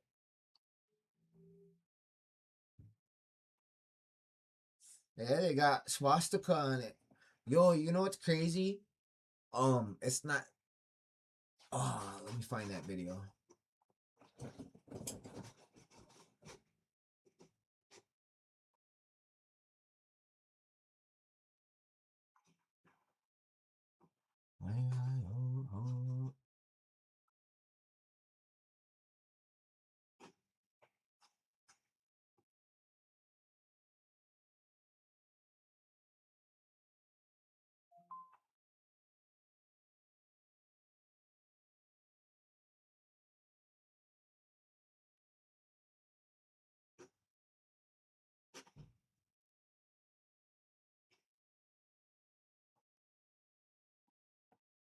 This is what we're watching. And we're a highly moral and civilized race. Klamath River, it was already inhabited by a white race of people known among us as the Wagas. These white people were found to inhabit the whole continent and were a highly moral and civilized race. They heartily welcomed the Indians to their country and taught us all of their arts and sciences. The Indians recognized the rights of these ancient people as the first possessors of the soil, and no difficulty. You hear that? This tribe in the Northwest is saying that white people were here before them. Difficulties ever arose between the two people. Their hospitality was exceedingly generous in the welfare of our people, and all. But they also do talk about that these people left, actually. That these white people that lived here with the Indians side by side, and then they left, actually. Prospered together. And this is just to the this area, actually, at the Klamath River. So when the Indians first made their appearance on the Klamath River, it was already inhabited by a white race of people known as the Wagas. These white people were found to inhabit the whole continent and were highly moral and a civilized race. They heartily welcomed the Indians to their country and taught us all their arts and sciences. In peace and happiness, in the pursuit of human existence. After a time, there were intermarriages between the two races, but these were never promiscuous. For a vast period of time, the two races dwelt together in peace and honored homes. Wars and quarrels were unknown in this golden age of happiness. No depredations were ever committed upon the property of their people, as the white people ruled with a beacon of light and kindness, and our people still worship the hollow places where they once trod. Their morals were far superior to the white people of today, and their ideals were high and inspired our people with greatness. After we had lived with these ancient people so long, they suddenly called their hosts together and mysteriously fucking Fez. disappeared for a distant land, we know not where. We have no memory of their reason or Look at cause. this. They put costume right there, yo. So disrespectful. Why they abandoned their ancient homes where they had dwelt for untold centuries. Yeah, they're saying that the white people left. Wars did not drive them forth, for we loved them more than brothers, and difficulties were unknown between the two people. On leaving, they went towards the north from whence they came, and disappeared from our land beyond the northern seas. It was a sad farewell when they departed from this land, for our people mourned their loss, as no more have we found such friends as they, so true and loyal. So you hear that? They're talking about these white people that were good to them and lived here, and they traded with one another. In their farewell journey across this land, they left landmarks of stone monuments on the tops of high mountains and places commanding a view of the surrounding country. These landmarks we have kept in repair down through the ages in loving remembrance. I've seen many of these landmarks myself, and often repaired them, that they left as a symbol of the mystic ages and the grandeur of a mighty nation that passed in a single season. Oh, how little we know of the depths of the ages gone, how wide, how profound and deep is the knowledge we seek. Traditional clothes, a monument of stone, a stone bowl, a broken symbol, a hallowed unknown spot, a lodge of ruins. All this makes a golden page. And then the Thunderbird, the Germans use these symbols, the Thunderbird and a swastika. Glittering with diamonds that trills the emotions with mysterious longings for truth and light in the depths of unknown. When the Wagas left this land, they assured my people that they would return to them at some future time. Perchance thousands of years have elapsed since then, and they have not returned. We have waited in vain, for it seems that our cherished hopes are fading. However, some of our people are still looking for the return of the white man. When the Wagas first arrived on the continent, they had handed down the traditions to us that it was inhabited by a giant race of people when they first came. These giants used implements so large that no ordinary man could lift them. It was an age when large animals roamed the earth, and it seems the birds and fowls were all very large in size. It appeared to be the first age, and was the age of giants. The recollections transmitted by the Wagas were that these giants were very cruel and wicked. It was said that God became displeased with them and destroyed them, and they all perished from the earth. It was also said that God appeared to the high priest of the Wagas and told him that he was going to destroy the giant race, and that the Wagas themselves would survive upon the earth as a new people. Smaller birds and animals would appear upon the earth for the use of man. Thus, the age of giants perished, but the Wagas do not hand down any traditions of how they perished from the earth, as my people have no recollections of ever seeing giants. My mother says that our people in ancient times have seen many relics belonging to these prehistoric giants, such as huge stone bowls, stone slabs, and other implements so great that our people could not move them. During the ages of rains and wearing away of the earth, these implements have been buried so deep and have sunk into the earth. That is the reason we cannot find them today. The Indian name for the giant race is Popol, which means people that have all died and passed away. When the Wagas... Do you hear that? So the word for giant, so when you hear Indian language or indigenous tongues, right? You got the meaning of the word, and then you got the literal meaning of the word. So Popoline is the word for giant, but the literal meaning is what? They died or whatever. Yeah, see, it's got two, each word has two meanings, and you can use one word for several different things. So returned to Chichicago, their original home. It is supposed that they found a ladder in this beautiful valley which extends from earth to heaven, and climbed it to Warsana, or heaven, where they dwell with God. All the half-castes, with the exception of a few, went away with the Wagas, and nearly all of those that were three-quarter Indian remained with our people. This is said to be the reason why some of our people are very fair. Some of the Indians are still looking for the return to earth. So yeah, it's true. In the northeast, northwest, and the north Canada, yeah, yo, real light-skinned natives. And then the further north you go, the taller they get. The further south you go, the smaller they get. So what I think is these pale giants are just natives from the north. These real dark, short little ones are just the fucking little people.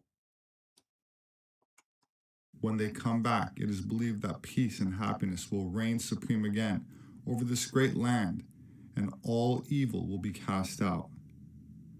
When the present race of the white people made their first appearance on the American continent, we believed it was the Wagas returning, and a hearty welcome was extended to them, and there was a great rejoicing among our tribes.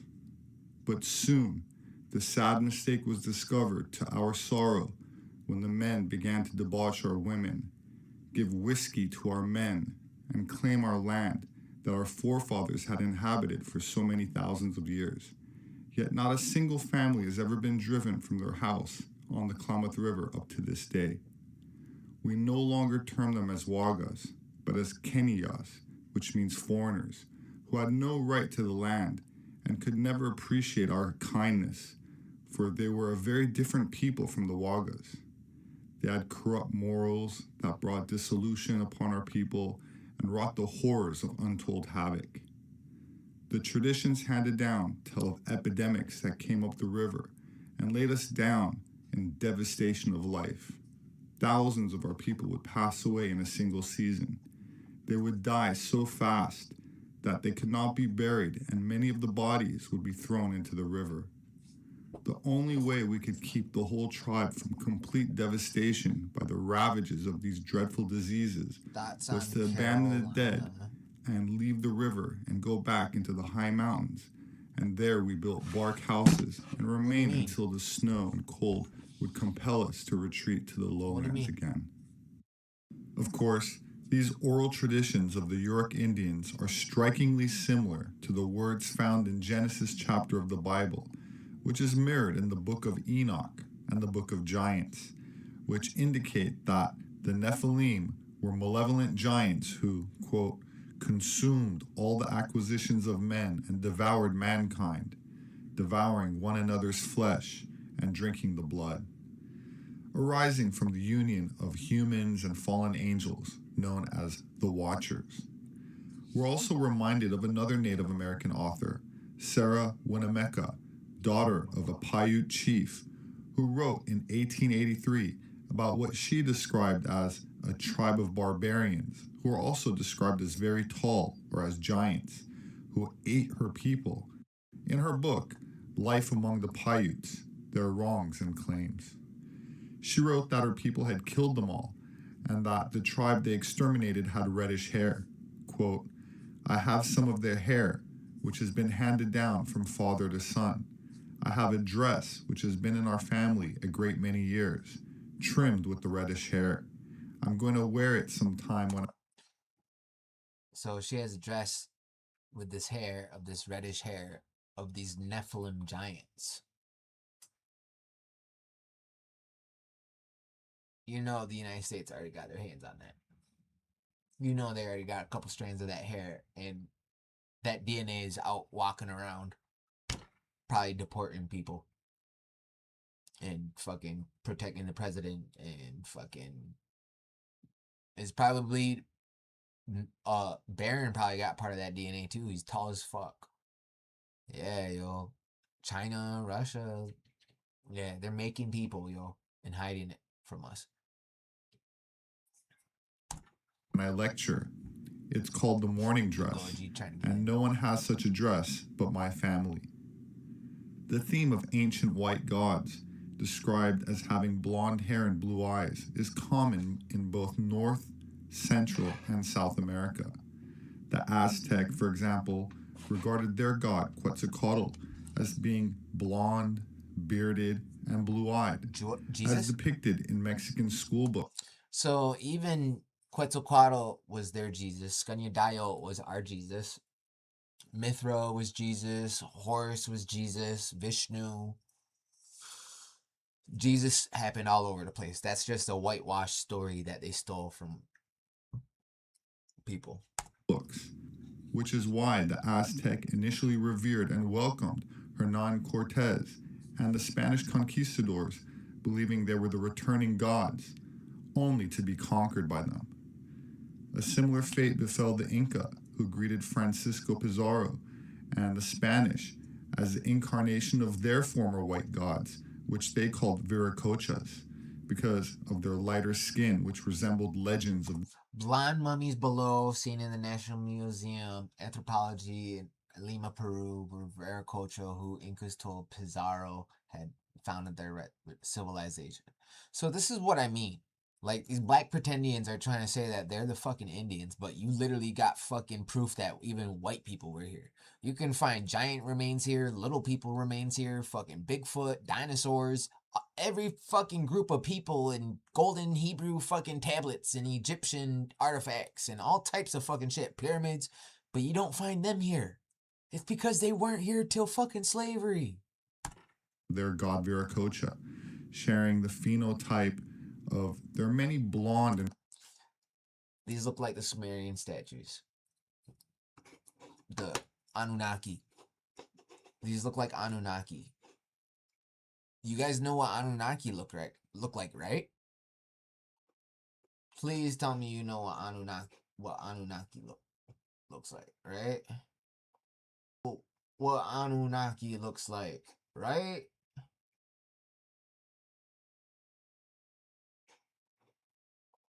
$32. And quit playing with us, fuck. How many likes did we get on that? 1,000. Okay, that's not it though.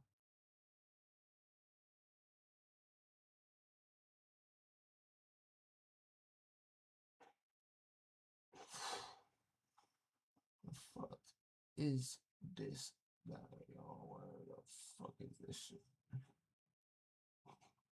There we go. The reason why your skin color is brown is because that is our... Hold up. What happened to being Indian red? Anyway, carry on. Our species, the Anunnaki species. This planet that we live on that is now called Earth is the home planet of the Anunnaki race. That is our race. And we created this planet and named it Planet Key. When we created the planet, we decided... Okay, so I'm so sick of this Tassim dude. That's an African name, by the way. And yeah, you're not indigenous, bro. I know what you're doing. You're trying to make money on your people. You're preying on their lack of education and their gullibleness. Shame on you, dude. He's making thousands off selling a coloring book. But anyway, you Anunnaki do not claim this as their planet. Anunnaki aren't even black. Their home planet is Nibiru. They made y'all, they took Homo erectus and Homo africanus, the Africans. African means caveman. That's why they call you that. You guys are 1/5 hominid, a small-brained plains primate from sub-Saharan Africa. They took Homo erectus, did whatever they did, and put a slave gene or a worship gene inside y'all. That's why you guys got an attraction to gold. There's no ozone layer on their planet, so they have to put gold in the ozone layer to protect them from the sun because the new Atlanteans are light-skinned. Anunnaki. See? Now look at the eyes. Blue-eyed. So you have Sumerian and Anunnaki worship in the Americas, even in the Haudenosaunee Confederacy. The twins, Enki and Enlil. Same with the Mayans, the Lakotas, the Navajos. The twins is seen at all four corners. South Africa, even Australia, the Greeks, the Romans, the Hindus, the Asians, the twins, the Anunnaki twins. And look, one was pale and one was the color of earth, which is red clay, Adamu, Adam, red, Edom, red, or Adam, man, Edom, red, Adama, red earth, Adamu, red clay. Indian clay is red clay is Indian clay. The red man is the original man, red skin, right? But either way, left hand and right hand. Come on. Pre-Inca blue-eyed culture. That is fucking Anunnaki in South America. And come on. It says they're fair, pale, and look at that. Look at their eyes. White. And they have green eyes. Or green, bluish eyes. Hold on. Or green. Look at that. Come on. We're going to record real quick. Hey guys, so we're in class right now and we're looking at this pre-Inca blue-eyed culture, right? Of these blue-eyed artifacts found in Peru, South America, and they look like Anunnaki statues. So right here, this is what the Anunnaki look like. They're blue-eyed, pale-skinned beings, and you have tons of white gods in South America, even Central America, and even North America. Like, they thought the conquistadors were Quetzalcoatl because Quetzalcoatl is depicted as being blonde hair, blue-eyed sometimes, or even having a beard. But yeah, look at these guys. And then you got all types of Sumerian worship in the Americas with twins. Right? Hold on, let's see. Look at that. And this is on top of something that is found in South America. It's that Anunnaki god planting the corn, even. But thanks for watching, and go ahead and repost this, and escalate. There we go. Sometimes we gotta make some content here and there, so keep bringing red-headed people in. mummies, and ancient blue-eyed artifacts. These legends and the fossil record that supports them have added weight to what's known as the Solutrean hypothesis. Some people say Mother Earth, Father Sky. I've heard Father Water, Mother Earth, like land and water. Archaeologists have found evidence But at one that time, it was just water and sky. this proves the idea that the Clovis people were the first to spread across the Yeah, I'm live on all. I'm live on YouTube, Facebook, and TikTok right now. Americas via a corridor between the ice sheets of modern Canada. For a better part of the last century, it was taught in all federally funded universities that humans made it from Siberia to Alaska via the Bering Land Bridge before moving down the corridor and populating the rest of North and South America, totally ignoring archaeological evidence in Mexico and South America, which date back over 30,000 years, finally putting the debunked and obsolete Clovis first theory to rest. Clovis refers to a type of stone tool technology, a very specific type of bifacial spear tip used for hunting, attributed to a wave of settlers to the New World at the end of the Pleistocene, or Ice Age. In my books, I link up this Clovis spear tool technology to what is called Solutrean technology in Western Europe. This concept is still See how they're all considered trying to radical. whitewash it? Like, I watch this stuff to learn about it, but then they fucking whitewash it at the end. It's like, get the fuck out of here, bro. Apparently, you can go from 0 to a complete site in just a single prompt with Wix Harmony. I don't know if this is going to be possible. I'm gonna make a or website vibe coding. using that. I'll make a website. 592 BC. Ezekiel's living creatures. On a summer morning in 592 BC, beside the Kabar River, a Babylonian exile claimed he watched something descend from the sky, blinding, roaring, and utterly unfamiliar. The man was Ezekiel, a priest turned prophet, and he described what he saw using the only language available to him: fire, polished metal, beating wings, and wheels that moved without turning. He dated the event precisely, the 5th year of King Jehoiakim's exile, and recorded it at the very start of the prophetic book of the Bible that bears his name. Copies of the account would later surface among the Dead Sea Scrolls. You know what I think that was? Fucking time machine. What he saw? That fucking wheel inside of a wheel? Yeah, that was a time machine, yo. Somebody altered the fucking... they went back. What I think they did... So you know how they say, like, people 1,000 or a couple billion miles away in space are now watching the Roman Empire? Because that's how time and light travels and all that. Like, they're now just watching the Roman... If they were looking at us with, like, a telescope and they could see that far, they would... how far they... That's how far they are. That it would take... They're now just watching the Roman Empire right now. The days of the Roman Empire. Like, they won't see right now for another fucking 2,000 years. That's how long it takes. So, what I think is that wheel that's in a wheel that guy saw crash land. Like, at first I thought meteor. Yeah, he saw a fucking big light come out of the sky, land from fucking meteor, and then I seen a picture of it.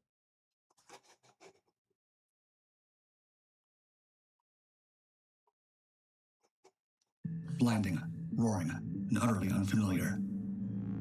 The man was Ezekiel, a priest turned prophet, and he described what he saw using the only language available to him: fire, polished metal. Polished metal, yeah. That's a fucking time machine or something. Right? And this is just a redrawing, but there was probably, like, what I think how time travel could work somehow is if people are now just fucking viewing fucking time way back fucking when, right? They're gonna flip. Time is not linear. It's circular. It travels in a spiral. That's how time is. It doesn't go in a straight line. It's in cycles, actually, like a circle. That's how time travels, yo.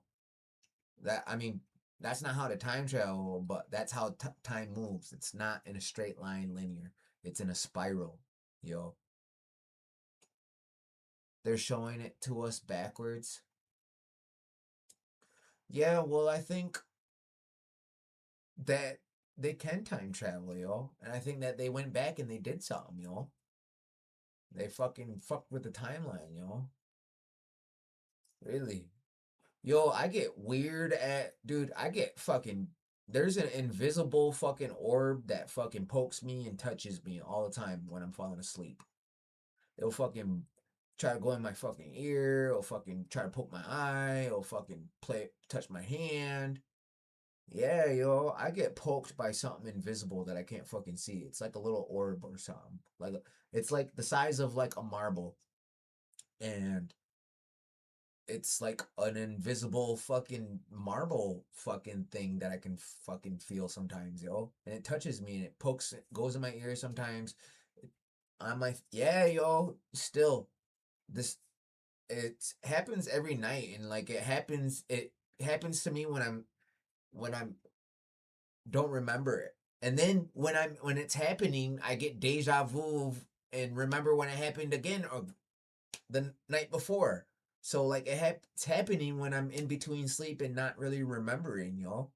It doesn't have a color. It's invisible. I can't see it, yo. I just can feel it. Like it was touching my fingers last night. And I know what it feels like. It feels like a little ball or like a little orb the size of a little marble, right? Because it was in my hand. I caught it in the living room. I was like, had my hand on my head and my wrist on my head sleeping, and it was in the middle of my palm, and I fucking like caught it. It was like trying to go through my hand, and it couldn't. Like, you know, it was in my hand, and I caught it. Whatever the fuck it was invisible. It's a fucking thing fucking with me, yo. It's anyone else glitching? You guys are glitching? And then, speaking of glitching, sometimes I think it's like my body glitching out. Like, you know how like your nerves and just get old or whatever, your body, you're dreaming or whatever, right? You kick, you run, you fucking talk in your sleep. Maybe it's just my nerves or something. I don't fucking know. But something has fucking happened to me. And it's a fucking invisible fucking orb, yo, that I can fucking feel sometimes. And yeah, yo, it's weird. Beating wings and wheels that move without turning.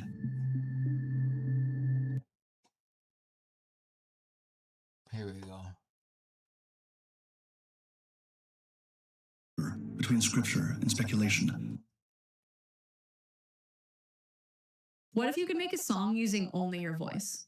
Let's start with the drums.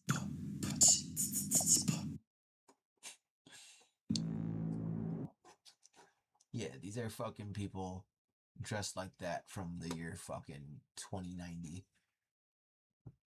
to fucking be like, yeah, we gotta dress like angels, yo. Like the drawings.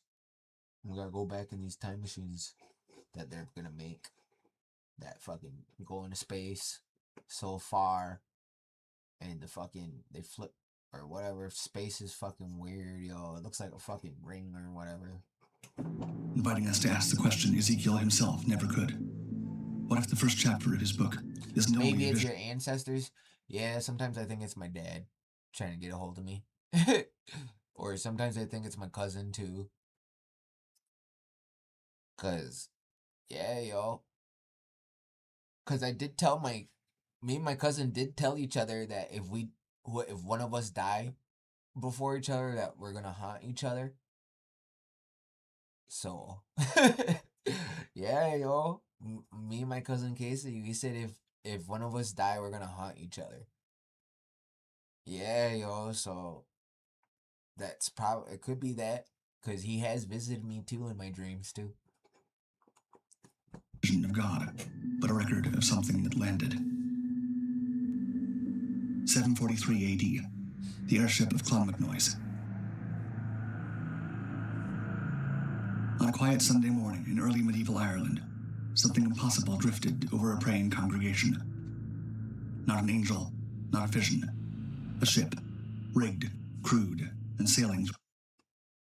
Look at their ears. Look at their fucking ears, y'all. And they got wings on their ship.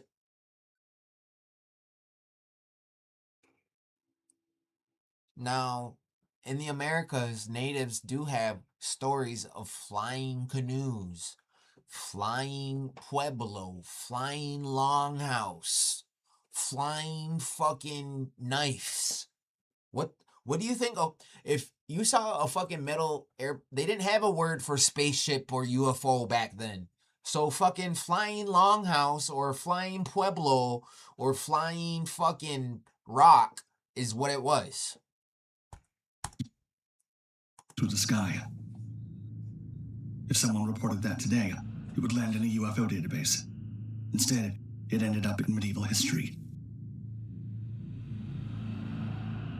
The story is now nicknamed the airship of Clonmacnoise, after the great monastery on the River Shannon, one of early Ireland's most important centers of learning.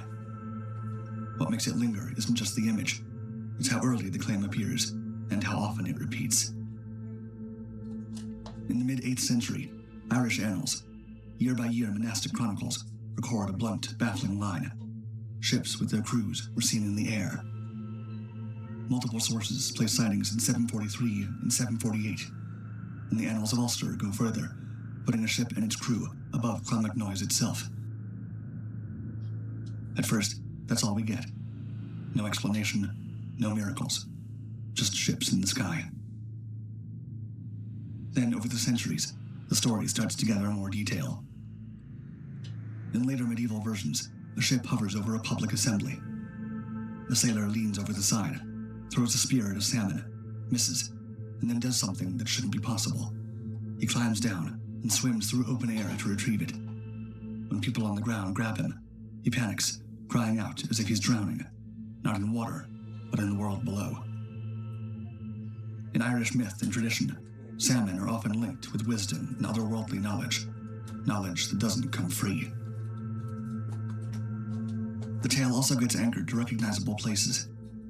In the Book of Leinster, the wonder is tied to the Great Assembly of Tailteann, where 3 ships are said to navigate the air above the crowd during the reign of Donal, son of Murchad. And the most famous version arrived from outside Ireland entirely, the 13th century Norse text. Conan Skugsia, the King's Mirror. During Mass, an anchor drops from the sky and snags on the church.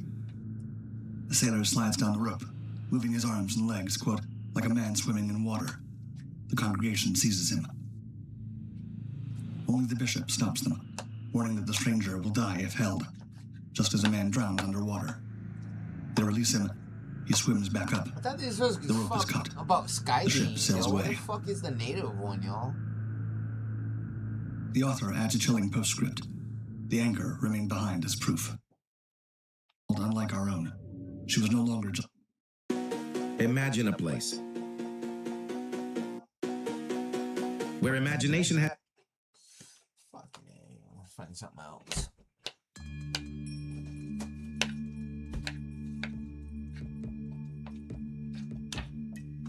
Popol Vuh, there we go.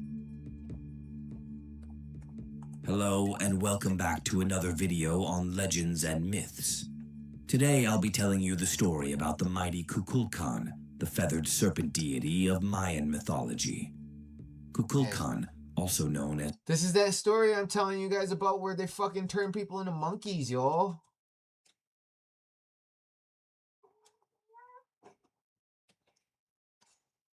This is an account of the beginning, when all was stillness, silence, and water.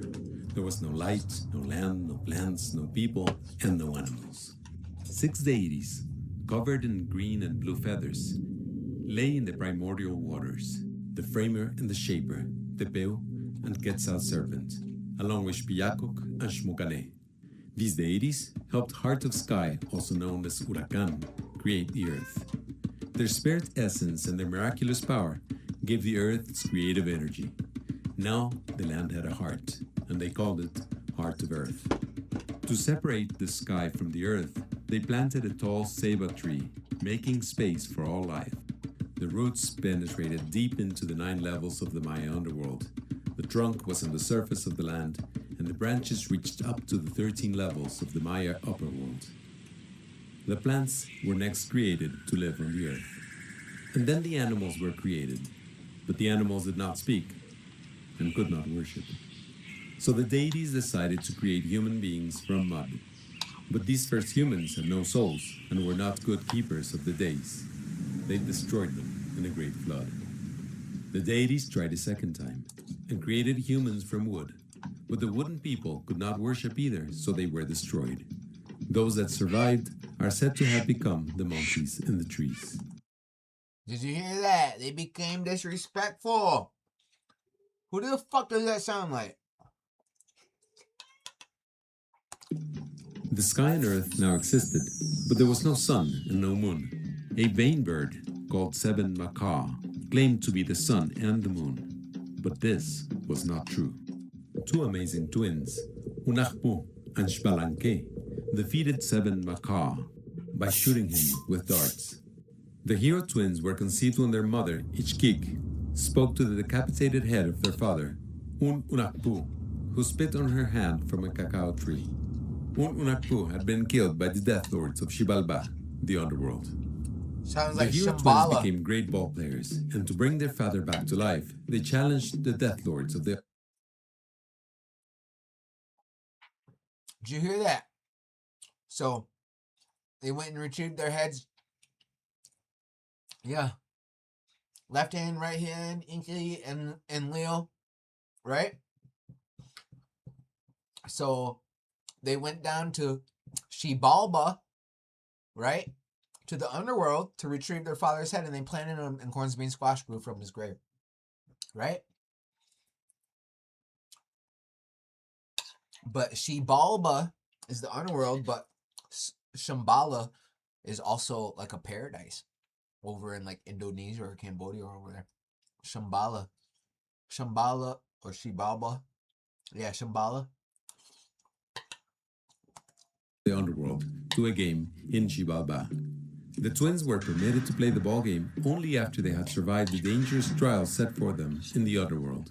Using great skill and cunning, the twins won the ball game, and this allowed their slain father to come back to life as the maize god.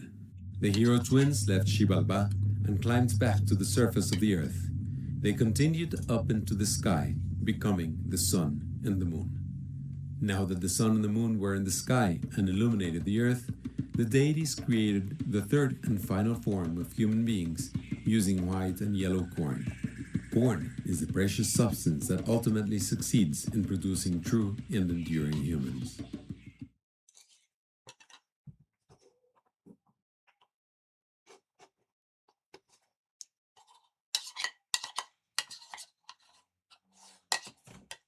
Find your perfect tax expert, whatever your tax situation might be.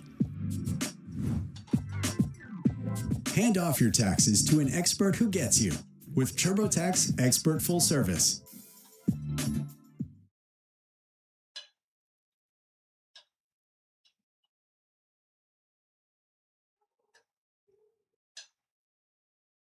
Don't upload your videos to YouTube. Upload to Restream, where we will live stream it to YouTube and all your platforms at once. Get ready for 5 times more engagement and views. Oh, the algorithms love streams and engagement, rewarding you with even more views. While you, sure that works, upload and stream from Restream.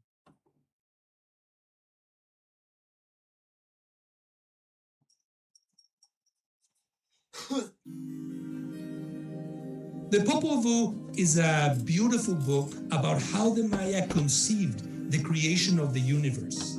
The Popol Vuh, a centuries-old text sometimes known as the Mayan Bible, is getting a fresh treatment. My name is Ilan Stavans. I am a professor at Amherst College, and I wrote a retelling of the Popol Vuh, the creation book of the Mayan people. The new version of the Popol Vuh is illustrated by a Salvadoran folk artist named Gabriela Larios. The original version comes from the Mayan civilizations in what is now Central America. It's first started as an oral story. So It this went white from guy generation to rewrote generation, their being culture? told by parents to children and so on. At some point, the Spaniards came and invaded the region. No, we got. This is what we got. We got pork roast, not pork roast, roast beef. Babe, roast beef, right? What'd you say? Brisket. No, what is this dish called? What'd you call this dish? Pot roast. There you go. Not roast Where beef. Pot the roast. Mayan people lived in Guatemala. Yeah, I'm trying to. And I many didn't of the brain Mayan fart. I've been people having had to brain go farts in all day, yo. hiding, had to look for different strategies, different ways to defend themselves. Fuck is this? Paradoxically, one of those invaders helped preserve part of Mayan culture, writing down its oral history. The priest that made the early translation and who was really very helpful in allowing the storytellers to bring this into written form was called Father Francisco Jimenez. He was a kind of visionary that realized this was a valuable storytelling that needed to go to the next generations. And he sat down, he made a version himself, he persuaded them to tell the story for themselves and write it down. So what's in the Popol Vuh? This is a book about how the universe was created. All right, this guy's kind of pissing me off.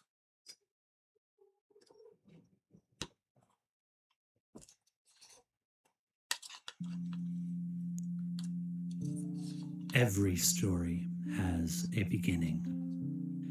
It sets the scene, establishes the story's world and the characters in it, and the relationships between them. And this is not only the case for the worlds we imagine, but also for the stories we tell about ourselves. While the specifics may differ, wherever we travel in the world, we can hear the story of the people's beginnings. And just as the beginnings of novels establish their characters, our creation myths provide fundamental details of who we are, our relationships to each other, and our relationship to the cosmos. Through learning about our origins, we can hope to better understand our own purpose in the world. Yep. One of the best preserved creation stories is the Popol Vuh, meaning the Book of the People, a Mayan text which straddles the line between mythology and history, telling the story of the people from the creation of the universe up to the arrival of the first Spanish explorers. This story of the creation, or rather series of creations as we'll see, is unique, for the gods have many failures in it. However, with the final creation of our human ancestors, these failures come to serve a purpose, demonstrating the importance of a meaningful life dedicated to something higher than ourselves. My name is Sean. Welcome to Mythos and Logos. In the beginning of the legend, there's nothing but an endless sea. No word has been spoken yet. There's no life, no land, not even waves, but only endless. It wasn't words that God or this divine energy first spoke into existence. That's where they get it wrong. They didn't speak life into existence. Anybody know? What did they do?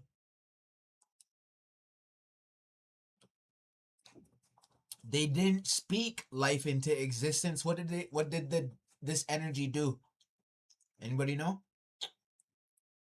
They didn't speak it into existence. They what?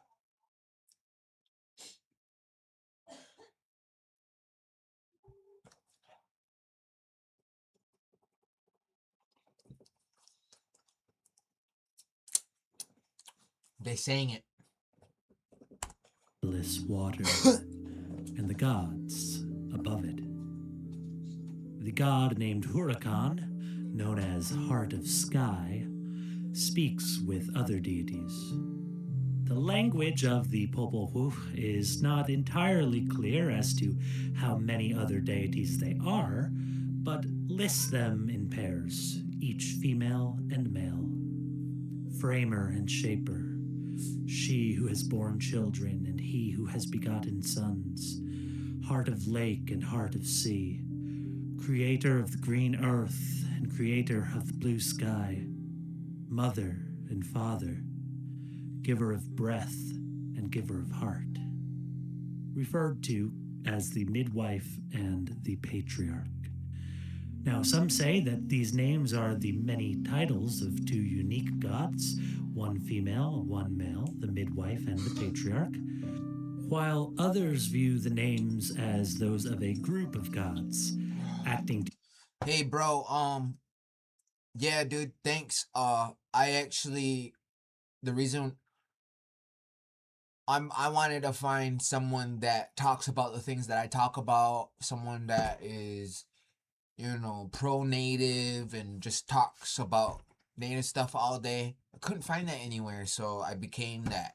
And now, living my best dream come true, get to fucking talk about my people all day. That's a good thing. You should be proud of your people. You should be proud of your culture and all that, yo. I like to spark the fire underneath my relatives and get them going. I'd like to have a bunch of mini-me's. together in two groups, female and male, midwife and patriarch. Now, in either case, Huracan, the Heart of Sky, speaks to the midwife and the patriarch, assigning them a special task. The gods bring their thoughts and their words together and make a plan to create life. Dogoji, you're gonna knock shit down. This is the account of when all is still silent and placid. All is silent and calm. Hushed and empty is the womb of the sky. These then are the first words, the first speech, merely the God's word brought about the creation of the earth. Just like a cloud, like a mist was the creation and formation of it. First the earth was created, the waters were divided, revealing the great mountains. Beautiful as they are, mountains and valleys, forests and rivers are not the end goal of creation. The gods wish for a creation that could know them, speak to them in thanks and praise for life. With this in mind, their plan moves forward. Just as the earth was spoken into existence with a single word, the gods speak, and all the diverse animal life is brought into existence. With another word, the gods command the animals to speak. For the first time, though, the words of the gods don't work. The animals only squawk and chatter in response, and the disappointed gods then decide that they must create something better, and leave the animals to be servants for the next creation. Despite the disappointment in their first draft, the midwife and the patriarch attempt another creation. They shape a human-like figure out of mud, but when they tell it to speak, its words are incomprehensible, and lacking any substance, it's Ooga booga.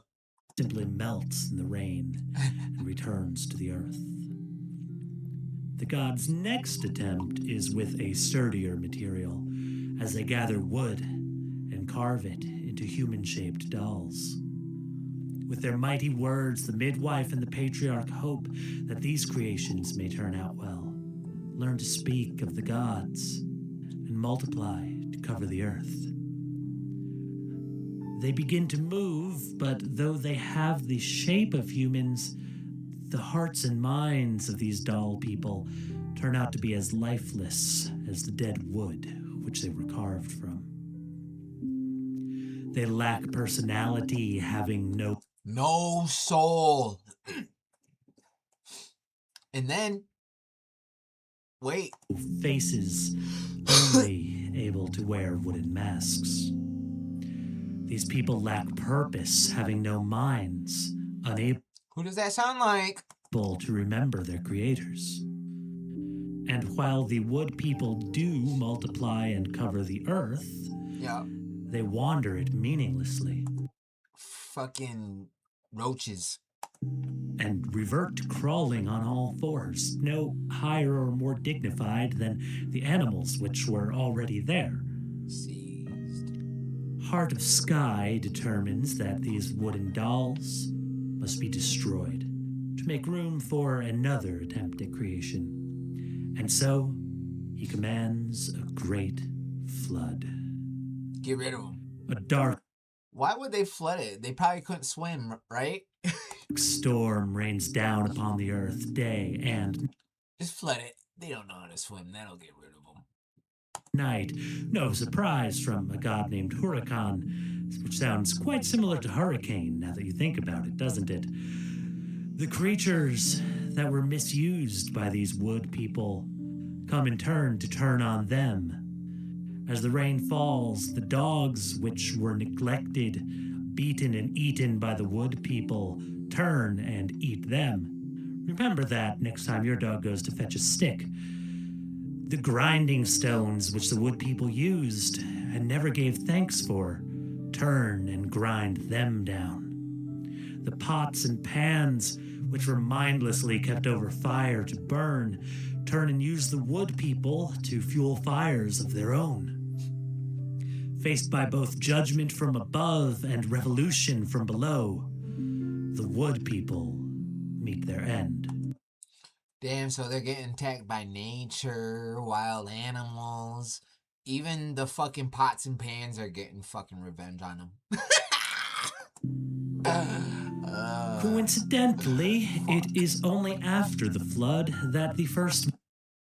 Wait a minute, is this in the Americas? Because that's Hanuman from India. But y'all already know that. Go to Woke Seneca on TikTok or YouTube if you want to watch the video on that. I got video explaining the connection between us and the Indians from India. Monkeys appear in the jungles of Central America. Some say that the monkeys are the descendants of those wood people who did escape to the treetops. Others say that they were created as a reminder to future humans, creatures which look nearly human but cannot speak and lack the human spirit, a caution against leading a mindless life. Some time passes before the next creation attempt. Yo, and then on my Facebook page, you guys can look at the one with the flood, where they say some of these monkeys started to retain their speech and memory. Now, who would that be? In the meantime, two hero twins defeat the forces of the underworld in a series of tricks and contests that deserve an episode of their own, so we'll save them for a later one. But when the dust settles, Huracan, the Heart of Sky, consults with the midwife and the patriarch. The earth still needs a provider, a child of light to tend and sustain it. So they decide to take one last try at creation. Now this time, the gods do not choose unstable mud or lifeless wood for their creation. Instead, they choose something that is both strong and alive, shaping maize into flesh, circulating water throughout that flesh as blood. This creation, life shaped from life, can walk upright, reach out to touch the world with its hands, and can, most importantly, speak to the gods. The midwife and the patriarch address their new creation. The framer and the shaper asked the humans, "What is the nature of your existence? Do you know it? Behold that which is beneath the sky." Thus their vision of everything beneath the sky was completed, and they gave thanks to the framer and the shaper. "Truly we thank you, doubly, triply, that we were created. We are able to speak and listen. We have learned that which is far and near, all that exists in the sky and on the earth." Finally, having accomplished their goal, the gods are frightened by their own success. The humans' eyes are able to see all things at once. Their minds know all things fully. The gods, seeing their massive potential, fears that the humans will one day come to praise themselves above all else. Rather than send another flood, though, the gods recognize the good in these creations and choose, instead, only to limit them. This is why some things are left as mysteries to humanity, so that we can remain humble and in awe of the cosmos. Now confident in their creation, 4 women are shaped to match the 4 men, so that humanity may multiply across the earth. It is said that these 4 pairs give birth not only to the Maya, but to all people. The Popol Vuh, however, follows the Maya line. The story carries forward from the beginning of time all the way through. So if they made 4 men and 4 women, what does that mean? 4 tribes of man, not 3, not 2. You don't live in a black and white world. You don't live in Mongoloid, Caucasoid, Negroid world. You live in the 4 root races of man world, the 4 tribes of man, red, black, white, and yellow. Red being the Americas, yellow being Asia, black being Africa and Australia, and white being Europe. The arrival of the Spanish in Mexico. While our modern history books have taken over that duty since, the Popol Vuh is still widely studied today in Central America and beyond, including among the Maya, who are very much still living today. Despite centuries of change, the book shows us all the value of remembering our origins, both mythological and historical. This is seen in the writing of the scholar Alan Christensen, sharing the words of an elderly Quiché Maya man from Guatemala upon hearing the Popol Vuh. "These are the words of my ancient fathers. Do you know what you have done for them? You make them live again by speaking their words." The Maya creation story in the Popol Vuh tells of the importance of remembering one's history and purpose. It presents a world created with a purpose and a vision of humanity designed to fulfill that purpose. It is through this history that Mayan mythology communicates how we are to go about living a purposeful life. That is, remembering the failures of those who have come before us, like the spineless melted mud man or the rigid, lifeless wooden dolls. are just as important as the glories which more often feature in history. The Popol Vuh carries a message of remembering our purpose and communicating with something higher than us. Guys, it's 10:20. Been live all day today. It was a good day. I hope you guys have a good rest of your night. I'm going to call it a night. I'll be uploading content on the YouTube and Facebook. Been taking it easy off TikTok, to be honest. And it's been kind of less stressful, to be honest. I like YouTube and Facebook. I'm okay with, I got 20 on YouTube and I got 5 on Facebook. Usually there's like 30 over here and 20 over there. I've already had 320 views on YouTube. TikTok, I just get banned too much, yo. They need to lighten up. Failures, that's questionable. Yeah, I just get banned too much.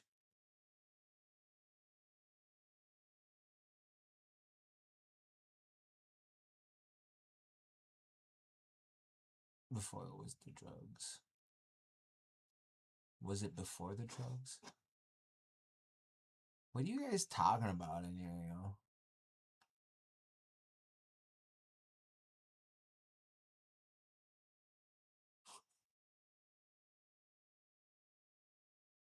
Yeah, I'm sorry I don't pay attention to the comments so much, guys.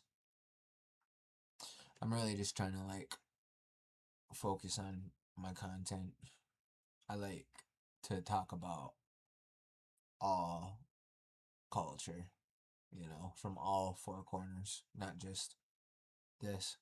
What's your account? My account on YouTube has more censorship. I'll show you. You don't watch my YouTube? This is what you guys are missing out on.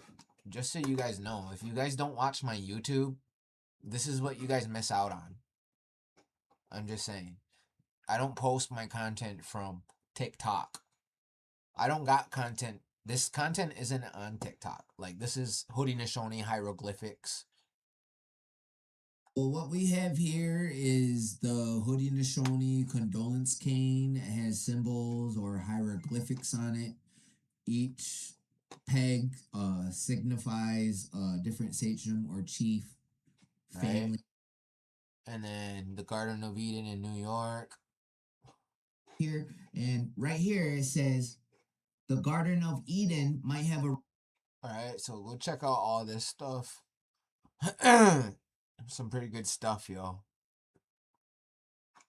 But this is what you guys are missing out on.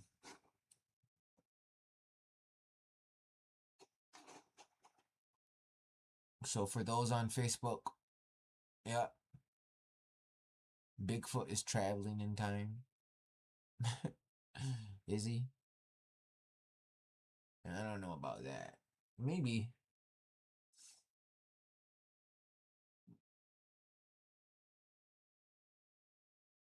It's better than TV. That's what's up, bro. I work hard on my content. I try to keep it interesting. I try to talk about things people don't talk about. If somebody's talking about the things that I'm talking about, they stole my content. Straight up. So